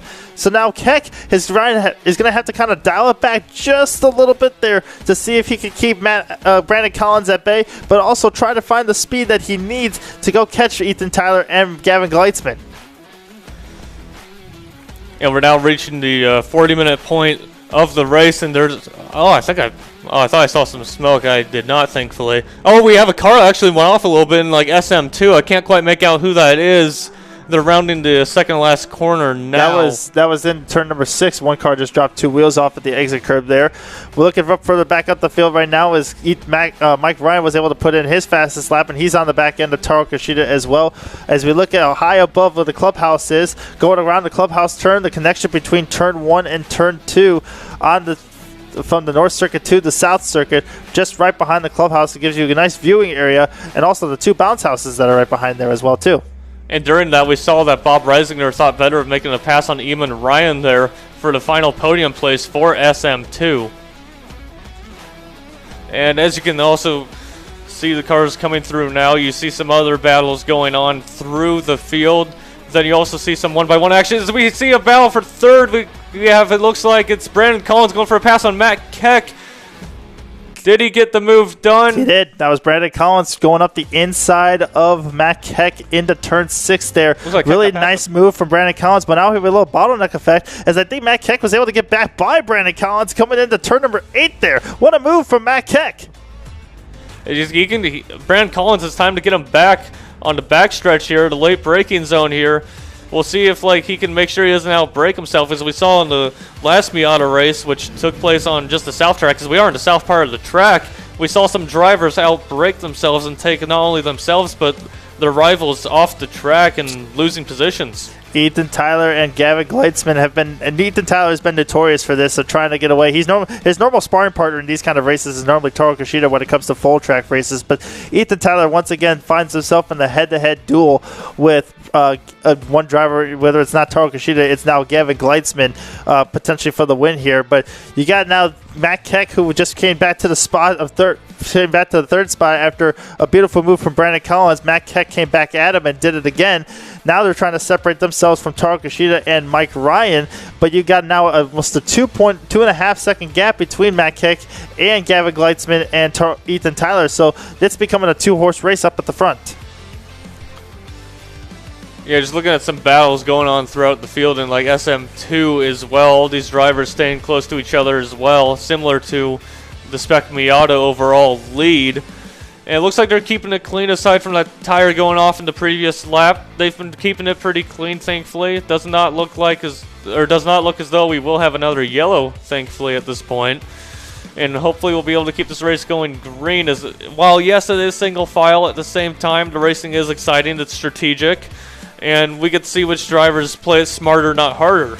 Eli Dysart has kind of now, as we ride on board with him once again, has kind of solidified himself in the 8th position. He's gotten himself almost a half-second gap from himself and Josh Dale, but a near 6.6 seconds gap to Sam Bowman. Check that Josh Dale is now on the back end of Eli Dysart, 0.3 of a second separates them two. But his gap now back to the next place car that he's battling with, which is Connor Ryan, a near 3.5, almost 4 seconds. Between Connor Ryan and Eli Dysart. So Dysart in a very comfortable position in P3 is now Brandon Collins has gone around the outside of Matt Keck in turn 3. You don't see that very often. And now you see Taro Kishida up the inside of Matt Keck. That's going to be for the 4th spot. Matt Keck is now, his car is kind of fallen off a little bit here, as now Brandon Collins has gone by, Taro Kishida has gone by, and now we're trying to see he's going to be potentially spinning as one car went off the racetrack there. That looked like it was Taro Kishida on the exit there. And Kishida's now lost a couple spots. Mike Ryan has picked up a spot now. And here comes Samuel Bowman as full course yellow is being displayed. We have a car that is spun. North 7. I believe that is at the edge of the 19, the final corner. That looks like it might be the 43 car of, I believe, looking from the backside of that view. That is going to be Scott Benning Jr., it looks like, has been spun off at the exit of turn number 19, the final corner on the track. So we are now full course yellow. The whole field is neutralized, and the lead that both Gavin Gleitzman and Ethan Tyler had of nearly 4.4 seconds is now gone. Yeah, by the sounds of it, or looks of it, it looks as though Scott Benning Jr. had lost a wheel. So this might set us up for a dash to the finish, a sprint to the finish, if you will. And just when I say that it looks as though we're not going to get a yellow for the rest of the race, well, that's what happens. Commentators cursed us, didn't you, huh? Yeah, well, that happened to kart track too, So, yeah, anytime I talk about a driver in the Ignite rookie race, they'd usually go off and spin. So, yeah, not a good day for me being a commentator, I guess. Well, full course yellow is now going to come out, and we are just over a little bit over 15 minutes left to go. So, with that being said, we're probably going to find ourselves potentially having a 10-minute showdown here for the race win, which, by the looks of it, of the lap count and everything, we potentially could have 3 laps to go once we get ourselves back to green, as it's going to be a little bit before we can clean up the number 43 of Scott Bennings Jr. off of the scene. Yeah, like these yellows, of course, it was only like, I believe we only had like 3 laps of a full course yellow in our last yellow, and yeah, it took like around 10 minutes in total for that. So I would assume, yeah, we would have 3 laps as well. Worst case scenario, probably a 2-lap dash. But at the same time, field's going to be bunched back up. We're going to see a lot of these drivers making moves they probably wouldn't have made in the early and middle parts of the race. Field is now kind of coming back into the fold here and just kind of catching up to our Lexus pace car. Right now, the Lexus pace car is over in turn number 1. The field is now coming past the start-finish line to receive the yellow flags. They'll catch up to the back of the pace car, log behind our pace car for hopefully, which needs to be a short yellow, maybe 2 laps. Flatbed is now going onto the racetrack to go catch up to our stranded car. Scott Benning Jr. And I will say the one minuscule positive about this situation is that the Benning Jr. incident actually happened near the pit entrance. So it'd be a lot quicker for them to take the car into the pits in comparison to our first full course yellow, where we had to take Dave Young off the track when he was stranded at South 11. Well, the good news on that one is we were able to kind of flat tow him off the track there. As you know, now this one, he's lost the wheel, so we have to kind of take him up by a flatbed and everything, as we have a little bit of a checkup here at the south end of the finish straight, a little bit of a bottlenecking that we have created here. But rest of the field kind of now approaching through and coming back in. Now let's talk about this, Jensen. Situational awareness here. We're now less than 40. We're now 3/4 of the way through. We have a yellow. It's going to probably take about at least another 2 to 3 minutes, if not maybe 5 minutes. Which, with the time frame we have right now, we're at 13 minutes left to go. If we go back green with 5 minutes with 5 minutes being under yellow, we go back green. We're looking at potentially 7 minutes or less. So we're looking at a 2 to 3 lap shootout. Now, from your experience from sim racing a lot, as well as real car racing, when you talk about late race restarts like this, what kind of emotions go through your head, as well as what kind of does desperation start to kind of set in a little bit, or do you still need to have those calculated moves at risk? Well, usually what happens with me is that usually a late race restart, there are times where I feel more nervous than I would at like start of a race. And like you'll have these nerves as well, especially if you're at the front. And usually if like, you know, a NASCAR restart, it's definitely the most nerve-wracking of them all in comparison to like, you know, Miata racing we have here, which is single file. It's still nerve-wracking because you want to get the jump, you want to make sure that no one tries to take advantage into turn 1, turn 2, because you get one bad restart, that's you not only out of a win potentially, but off the podium or maybe even a top 5.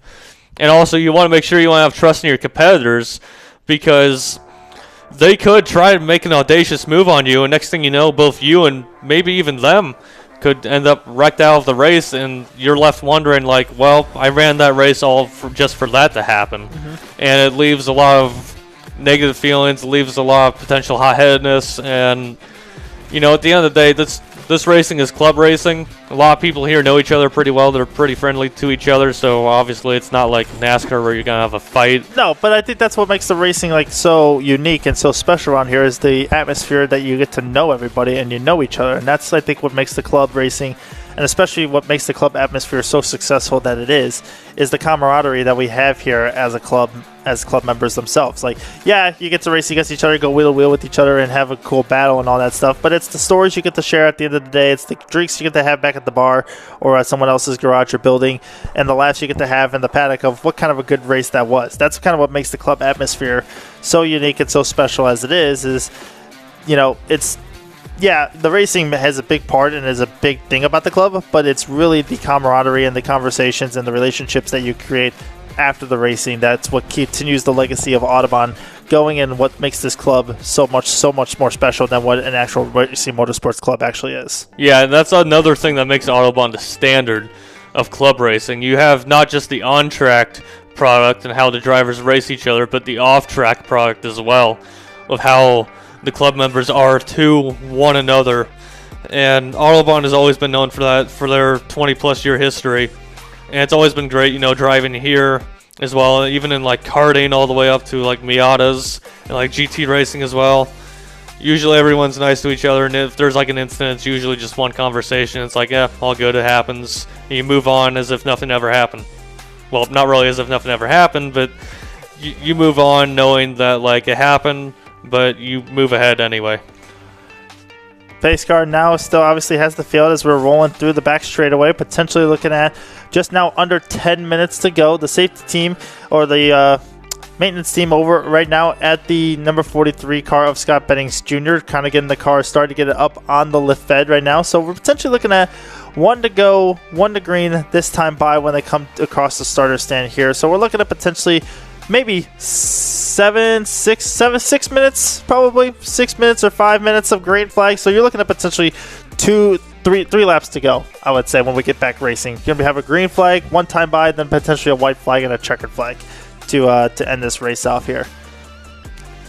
Yeah, and we still have like almost everyone in the field. We still have like around 30 cars in this field in the race still, which really comes to show the respect the drivers have for one another. I'm pretty sure we still have 30, maybe 31 cars still in the race as we see Scott Benning Jr.'s car being put up on the flatbed there. The crew doing the great job already getting the car, despite losing a wheel, getting the car on the flatbed as quickly as they have. Shout out to our crew. Like, we appreciate you guys. We feel like a lot of track workers. We see this all over in the world and racetracks. They usually don't get the recognition they deserve. So, like, if you ever see a track worker in your area, like as a racer or even as like media people or whatever you are, make sure you give the time, make sure you show the appreciation to a track worker, acknowledge what they do for our sport to make the racing happen, to make the racing safe, to get the hazards out of the way as quickly as possible.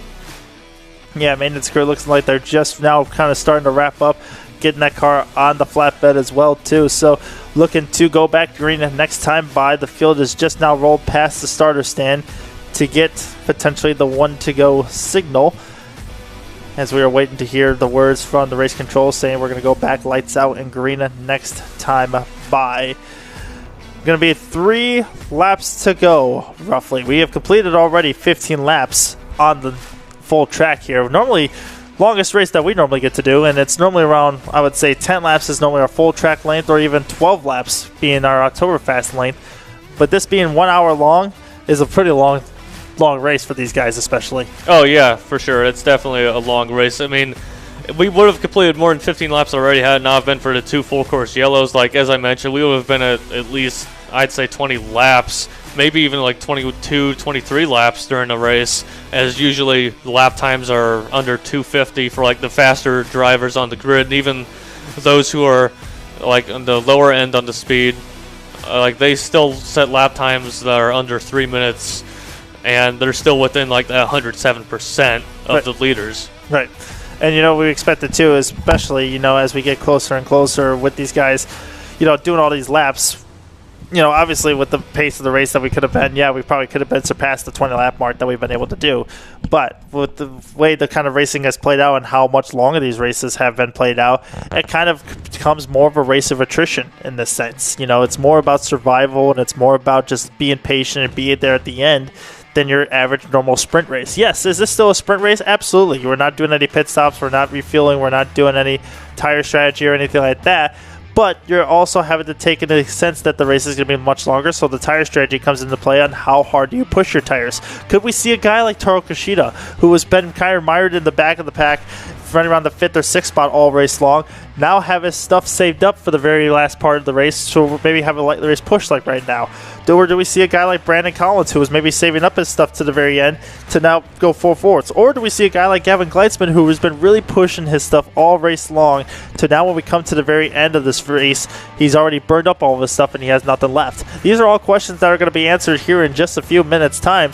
But the thing is, too, we've now gone into the heat cycle phase of these tires, too. We've now had 2 full course yellows, 2 times where the tires have gotten up to temperature, and now you've had a yellow, the tires have now bled back down or have cooled off a little bit. So now all these guys, knowing that we've given the signal that we're going to go probably going green next time by, we're going to try to build back temp back into these tires, try to get them all heated up, ready to go back to where they once were, but they're not going to be the exact same as they were before. That is true, and also you have other drivers as well, like to add to your driver thing, like Eli Dysart, he's 8th overall, but 1st in SM2, and 2nd in SM2 is Connor Ryan, he's 11th overall. He's got 2 cars in between him, the 2 Spec Miata rookies of Josh Dale and Jackson Wolney. You might be someone like Connor Ryan might be thinking like, I gotta get ahead of Dale and Wolney as quickly as possible to get any chance to get around Eli Dysart. And someone like Eli Dysart, does he like just stay where he's at? Does he like just try to defend from Dale and Wolney? Does he try to get ahead of someone like Samuel Bowman? Well, you look at potentially the back half of it of Josh Dale and Jackson Wolney of, hey, we got to get by Eli Dysart if we want to go get Sam Bowman or Mike Ryan, the likes of them. So this restart's going to play very pivotal. I think Eli Dysart is basically going to have to drive himself like he's driving in the middle of the Spec Miata field, like he's a part of this race. But at the same time, he's got to keep in mind that he's got his own race to kind of take care of. He doesn't need to go for these positions, but at the same time, I think it's going to kind of force his hand that he's going to have to. Otherwise, he's going to get found under pressure from Jackson Wolney and Josh Dale and potentially compromise his position and put him in a spot that he's not going to be, you know, it's going to be uncomfortable for him. And next thing you know, Connor Ryan and Eamon Ryan are going to be all breathing down his neck. Getting ready for the final restart of the day here for the Festival of Speed. We'd like to thank our sponsors, First Bank Card Processing and Race Caddy, for allowing us to have the coverage of today's action of the Festival of Speed here from the Audubon Country Club and Audubon's Festival of Speed. Pace car is now pulled off of the pit road. Gavin Gleitzman going to lead the field back to green one final time with Ethan Tyler all over the back bumper of him already. Brandon Collins lagging back just a little bit, trying to time the run to get that restart that he's looking for, to potentially gain the spots he needs to make all the way up to the front to potentially take the win. And who will take the win? The green flag is going to go flying. We are back underway racing here at the Audubon Country Club. Eli Dysart going to look to the outside of Samuel Bowman. Going to go into turn number 1. Bowman going to hold the bottom line on Eli Dysart. Meanwhile, Brandon Collins going to go to the inside. Ethan Tyler dips and slips tire into the grass there, holds onto the spot, but will lose a little bit of track position right then and there, and will fall back into the 3rd spot. So Brandon Collins going to go up to 2nd. Now Matt Keck going to go to the inside of Ethan Tyler for the 3rd spot. You know, we saw there was like Tyler, I cannot believe it. Like, he was on Gavin Gleitzman's bumper, and then to just get passed by Collins the way he did there, that must be so frustrating for Tyler. He must be thinking already, what could have been? Like, is it over for him? Well, it looks like we have, I think it's Bob Reisinger trying to make a move on, I want to say that's, was it Eamon Ryan? I think it was Matt Alexander there who kind of fouled himself back into the fold. Brandon Collins all over the back bumper of Gavin Gleitzman there. He gained a lot of time through the middle of turn number 5. The fight is on. The challenge is on now. Is Brandon Collins on the back end of Gavin Gleitzman? Will he make a move going into turn number 8? No, he stays in line. They're going to come around and get the white flag this time by to end the race. Here with 2 laps to go, we are now under a green-white checker scenario. So Gavin Gleitzman leads the way from Brandon Collins. They come through turn number 9 and 10 to the back straightaway. Brandon Collins trying to get the best exit he possibly can, but it's not enough on an exit of Gavin Gleitzman. He rockets him down the straightaway and pulls away by 2 car lengths down that back straightaway. And some of these guys, I noticed, like, the field was still a little gapped at the restart, and some of these guys did not catch up to the field as they had hoped, as they had kind of laid back a little too much there, as the field's all single file right now, but I can guarantee you right now it is not going to be like that. Coming to the line, coming to white flag, because we have a lockup there, and it looks like they kept it on track, trying to make out who that is. He does. Right now we have an SF2. One car goes off. That's Randy Cochran, who kind of takes a shortcut there between turn 11 and 12. Even Ryan going to look to the inside. Actually, that's Connor Ryan who looks to the inside of Jackson Wolney, trying to make up a spot there to go catch up to the number 28 of Eli Dysart. I don't think he's able to make that stick. He's on the outside. I think Eamon Ryan's now going to try to go to the inside of Connor Ryan to that spot. That will probably move him up to second position in the SM2 category. Yes, give it to Eamon Ryan. He's up to second over his brother Connor Ryan. We got 97, got a little loose there, saved it. What a save. John Southern dipping 2 tires off at the exit there, and has allowed Bob Reisinger to go to the outside of him. He drives right around him now. Bob Reisinger is going to get promoted up a spot. He'll go past John Southern as we're going to come now to the white flag. Starter has it in his hands, waving it for Gavin Gleitzman, the number 51 food and fuel machine. He's going to come across the line having 2 champions and 2 regulars bearing down his neck. Brandon Collins and Ethan Tyler, they're going to go side by side into turn number 1. Ethan Tyler on the curb tries to hold the spot. Eli Dysart to the inside of Samuel Bowman. He'll take that spot away. Move up Eli Dysart in our position, but meanwhile, the battle for second continues to heat on as they go into turn number 2. Collins on the inside, Tyler on the outside. Collins gets up on the apex curb a little bit here. Collins now trying to hold the bottom. Ethan Tyler's got the advantage though. He clears him. Ethan Tyler up to second. Now he's got to go chase down Gavin Gleitzman in the lapse times. And that is exactly what Gavin Gleitzman wants to see, that battle there. Even though Ethan Tyler got past him rather quickly, Gleitzman has a big enough lead to the point where I think even if Tyler and Collins were to work together, I don't even think it'd be enough. I think Gleitzman might be able to win this. Gleitzman needs to be perfect the rest of the way. You can't underestimate the power of what Ethan Tyler and Brandon Collins both have underneath the hoods of their Mazda Miatas. Meanwhile, Matt Keck runs into the 4th spot here. Taro Kashida with a good run. Good look to the inside. Thinks better of it under braking. Brandon Collins back to the inside of Ethan Tyler. He takes the spot back. So give Brandon Collins back up to the 2nd spot.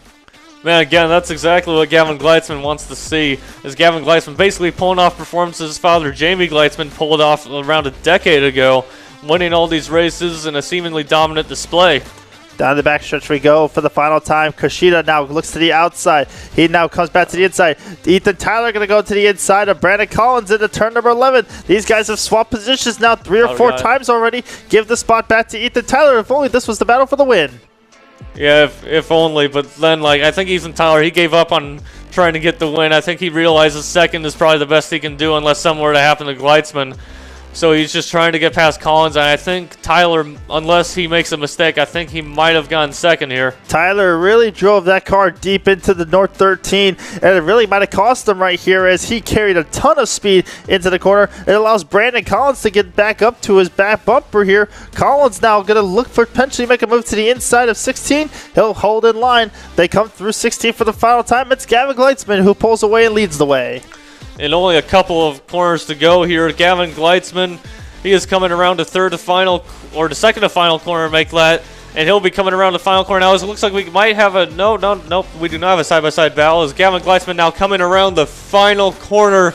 Gleitzman now going to come around the final turn of turn number 19. He'll turn for home. Look to the starter stand and see the twin checkers up in the air. Gavin Gleitzman going to pull off this flag-to-flag hour-long coverage race. He'll win Festival Speed, the hour-long race in Spec Miata with Ethan Tyler in second. Brandon Collins will come home in third. Matt Keck fourth. Taro Kashida fifth. And Mike Ryan sixth. Eli Dysart comes across the line winning in SM2 with Connor Ryan coming in second. And I believe Bob Reisinger might have just edged out Eamon Ryan. No! Give it to Eamon Ryan, who comes home in the final podium spot in SM2 by 0.03 of a second over Bob Reisinger. And Josh Dale just barely beat out Sam Bowman there for P8 overall.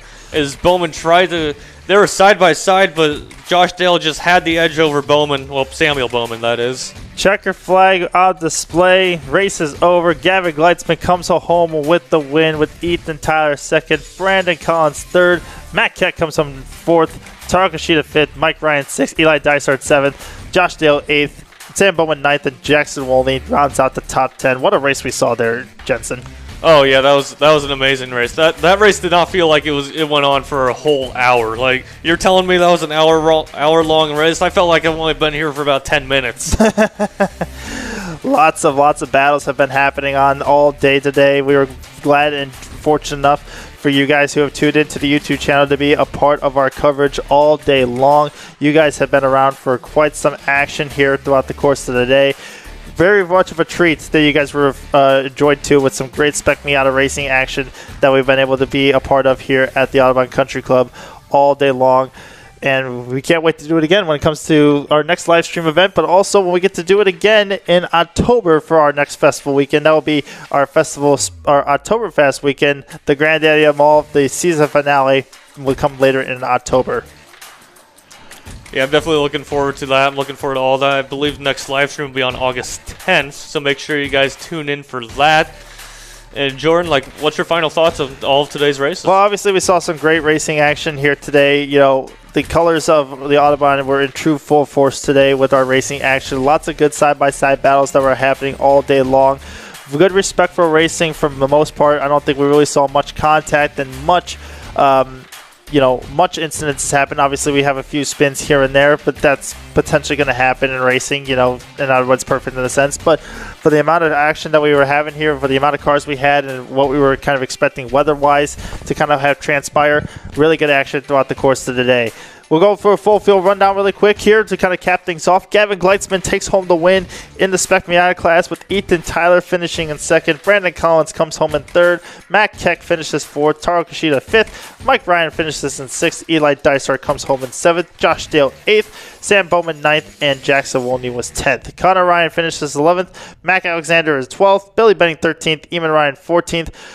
Bob Reisinger was 15th, John Sutter 16th, Art Sizemore 17th, Mark Baxo finishes in 18th spot, AJ Van Buren 19th, Emmett Ryan 20th, Scott Ballard in the 21st position, with Mark Stadolski 22nd, Tom Bagley comes home 23rd, Thomas Greenwood 24th, David Martinelli 25th, Bill Hamill 26th, Noel Sachs 27th, Gary Traverso 28th, Tim Milne in 29th, and Matt Kopecki finishes in 30th. Randy Cochran comes home 31st, Scott Benny Jr. 32nd, Jason Greenwood 33rd, Dave Young in 34th, and rounding out the field was Scott Bowman in the 35th position. Connor Ryan, Eli Dysart takes the win in SM2. Connor Ryan finished second. Eamon Ryan was third. Bob Reisinger fourth. John Sutter fifth. And we had AJ Van Buren in sixth. Emmett Ryan seventh. Mark Stadolski in eighth. Thomas Greenwood 9th, and David Martinelli rounds out the top 10 in SM2. With that, we're going to go ahead, take a quick break, come back for podium ceremonies for Jensen Benet. You've been here. I've been Jordan Missick. We thank you guys for joining us. We'll be back with podium ceremonies in a moment.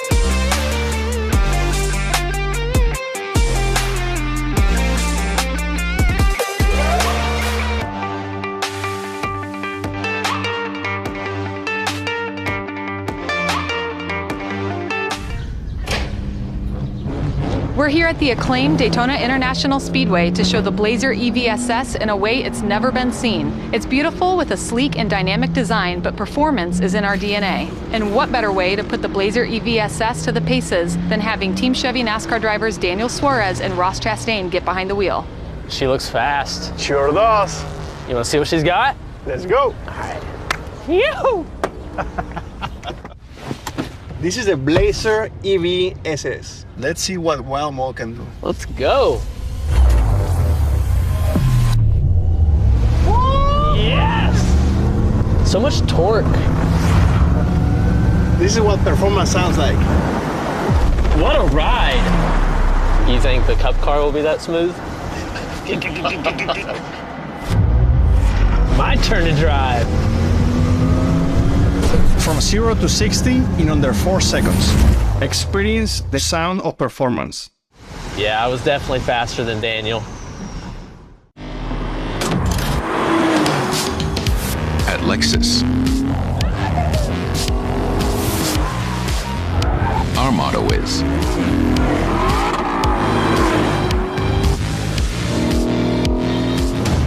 you have to feel it to believe it. Experience the exhilaration of the Lexus Performance line.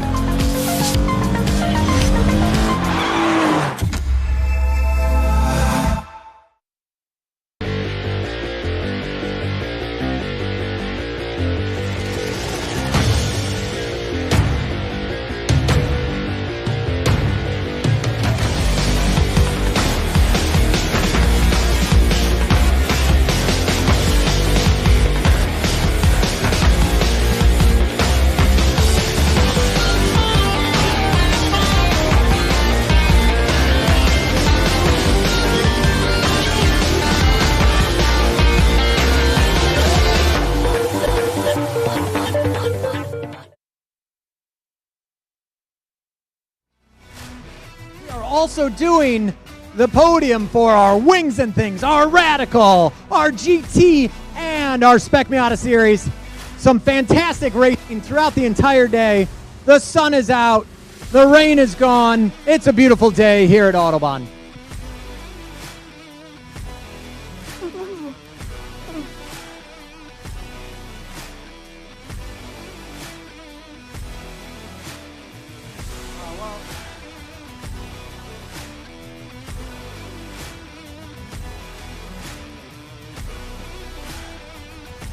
All right, make sure that we've got our GT, our Wings and Things, because we're going to be doing those podium ceremonies, so hopefully those drivers are in attendance as well. No?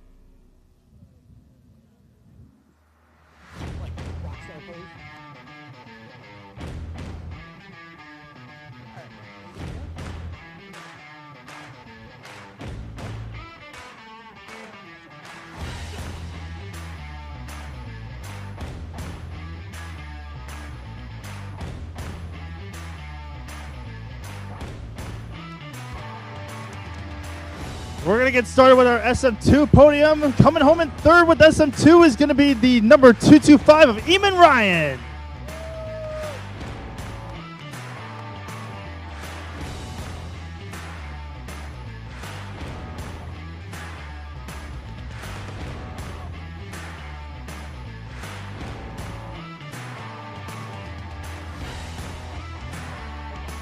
Eamon Ryan, come on down.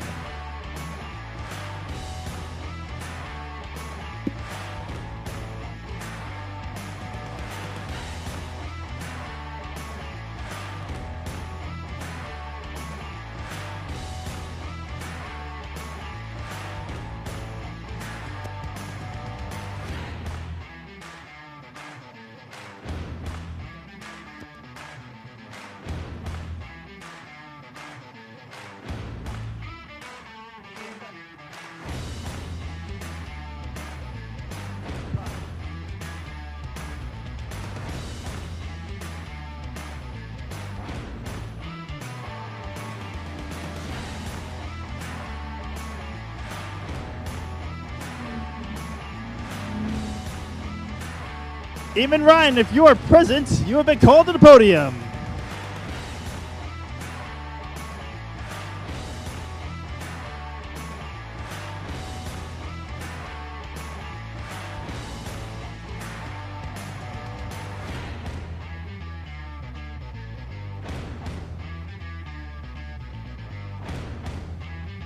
Coming home P2 in the SM2 battle is going to be the 119 of Connor Ryan.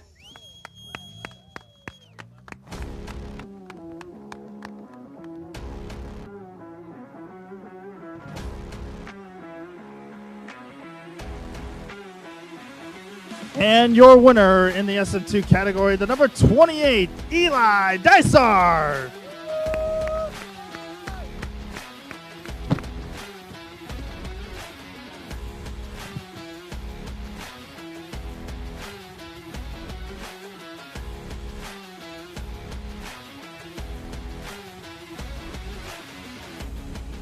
Look at that amazing field. Big smiles on all of our drivers' faces. Give them a big round of applause, ladies and gentlemen. These are your SM2 winners. All right, up next,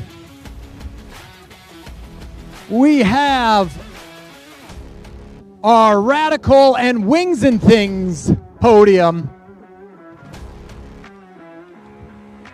Starting out with Wings and Things.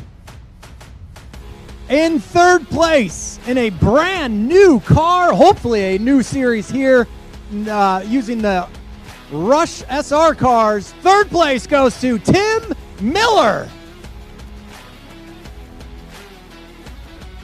Congratulations, Tim.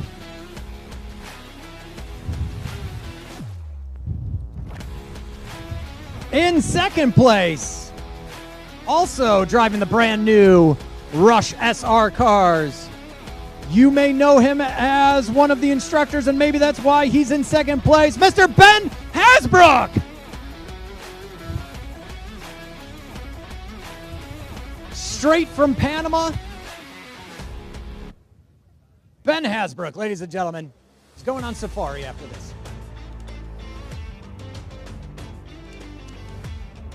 And your first place, your winner in the Wings and Things, driving a beautiful Signature Productions F3, Mr. Brandon Schwartz.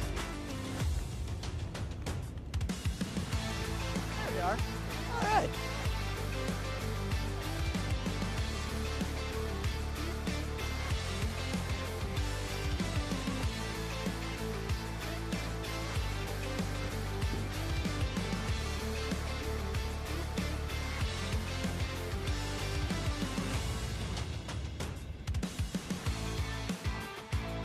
All right, as the winners smile on the podium, let's give them a big round of applause for your Wings and Things winners.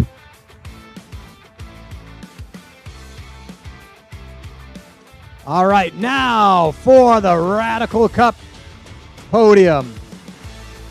In third place goes to Wen Li Zhao.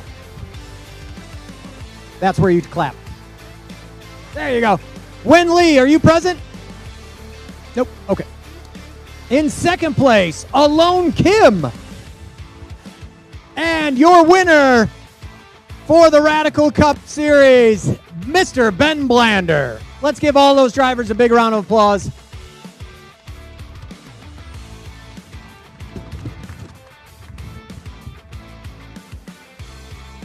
All right, make room, folks, as we can get some of these cars through tech. But now let's jump over to the GT category. Okay? In GT5, your winner goes to, your third place winner goes to car number 21 of Andrew T. Yeah! In second place in GT5, car number 691 of Mike Keck.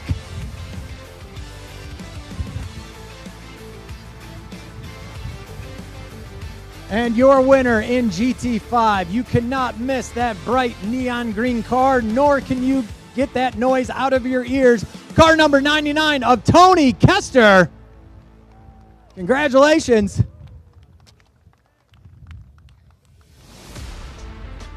And Tony Kester is sporting the Tom Bagley Friction Circle t-shirt.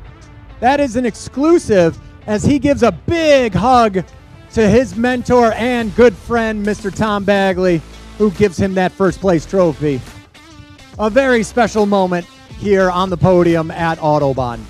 All right, give your GT5 winners a big round of applause. Congratulations.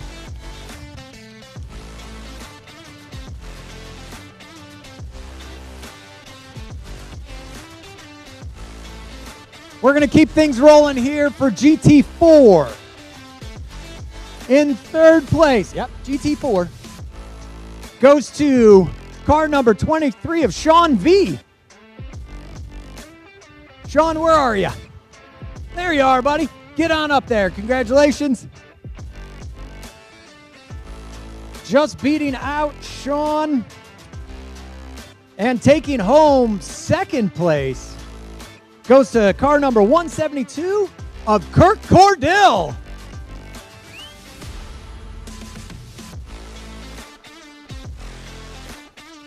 And your winner in GT4, beating out his rival, goes to car number 59 of Scott Benning Sr.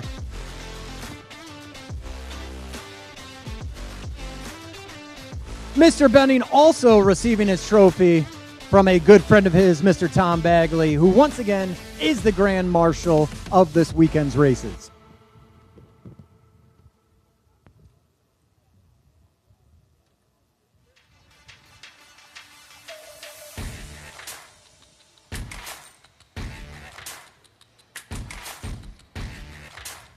All right, congratulations. Another round of applause for our GT4 winners.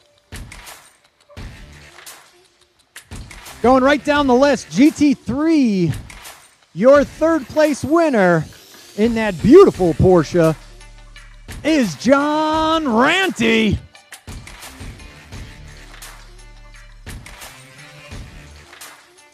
In second place, also in a Porsche, a very fast driver, car number 89 of Bob Norian. Hey, Bob.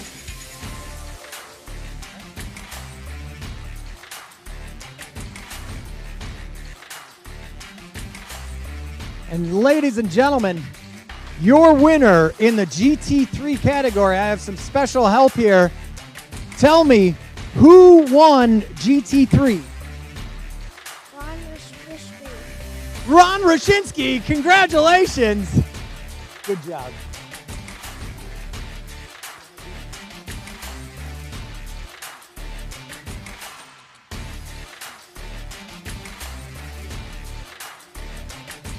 All right. As Ron gets up on the podium, they shake hands. They are competitors, but they are also friends, ladies and gentlemen, and that's what Autobahn is all about. Good racing and good memories with good friends. Congratulations, winners.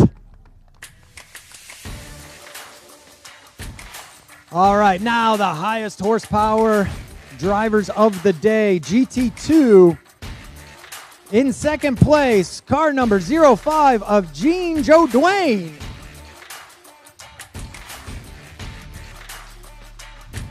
And I'm gonna need some special help once again with your winner in GT2.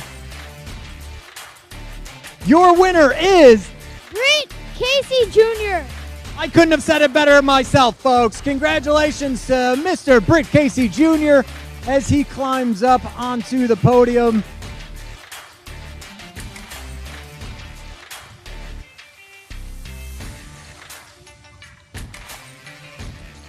All right, Britt has been on that podium before, but it's always a special time. Give a big round of applause to our winner in GT2.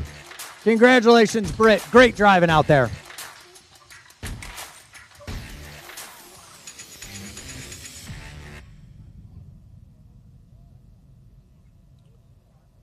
All right. I think we only have Spec Miata left. Is that right, folks? Yep, okay. All right, the moment we've all been waiting for after an entire hour of racing out there. It was just dogfight after dogfight. Congratulations to everyone in the Spec Miata series. But right now, standing in third place, your third place winner goes to Brandon Collins. Brandon Collins.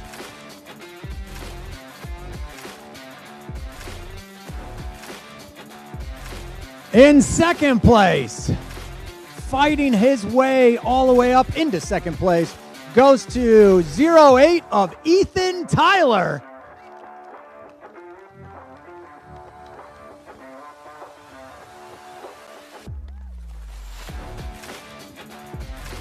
And your winner for Spec Miata goes to Gavin Gleitzman. Congratulations, your mother is extremely proud.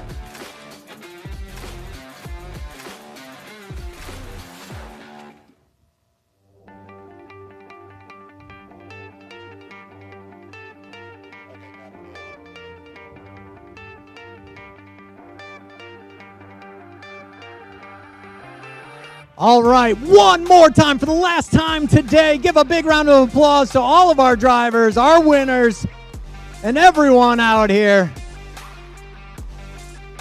Now, are you guys ready to party? They sure are. All right, let's all head over to the clubhouse. The buffet tonight is going to start from 6 to 8 p.m. If you guys want to do drag racing, any drivers, meet me over on the patio in front of the clubhouse for our drivers.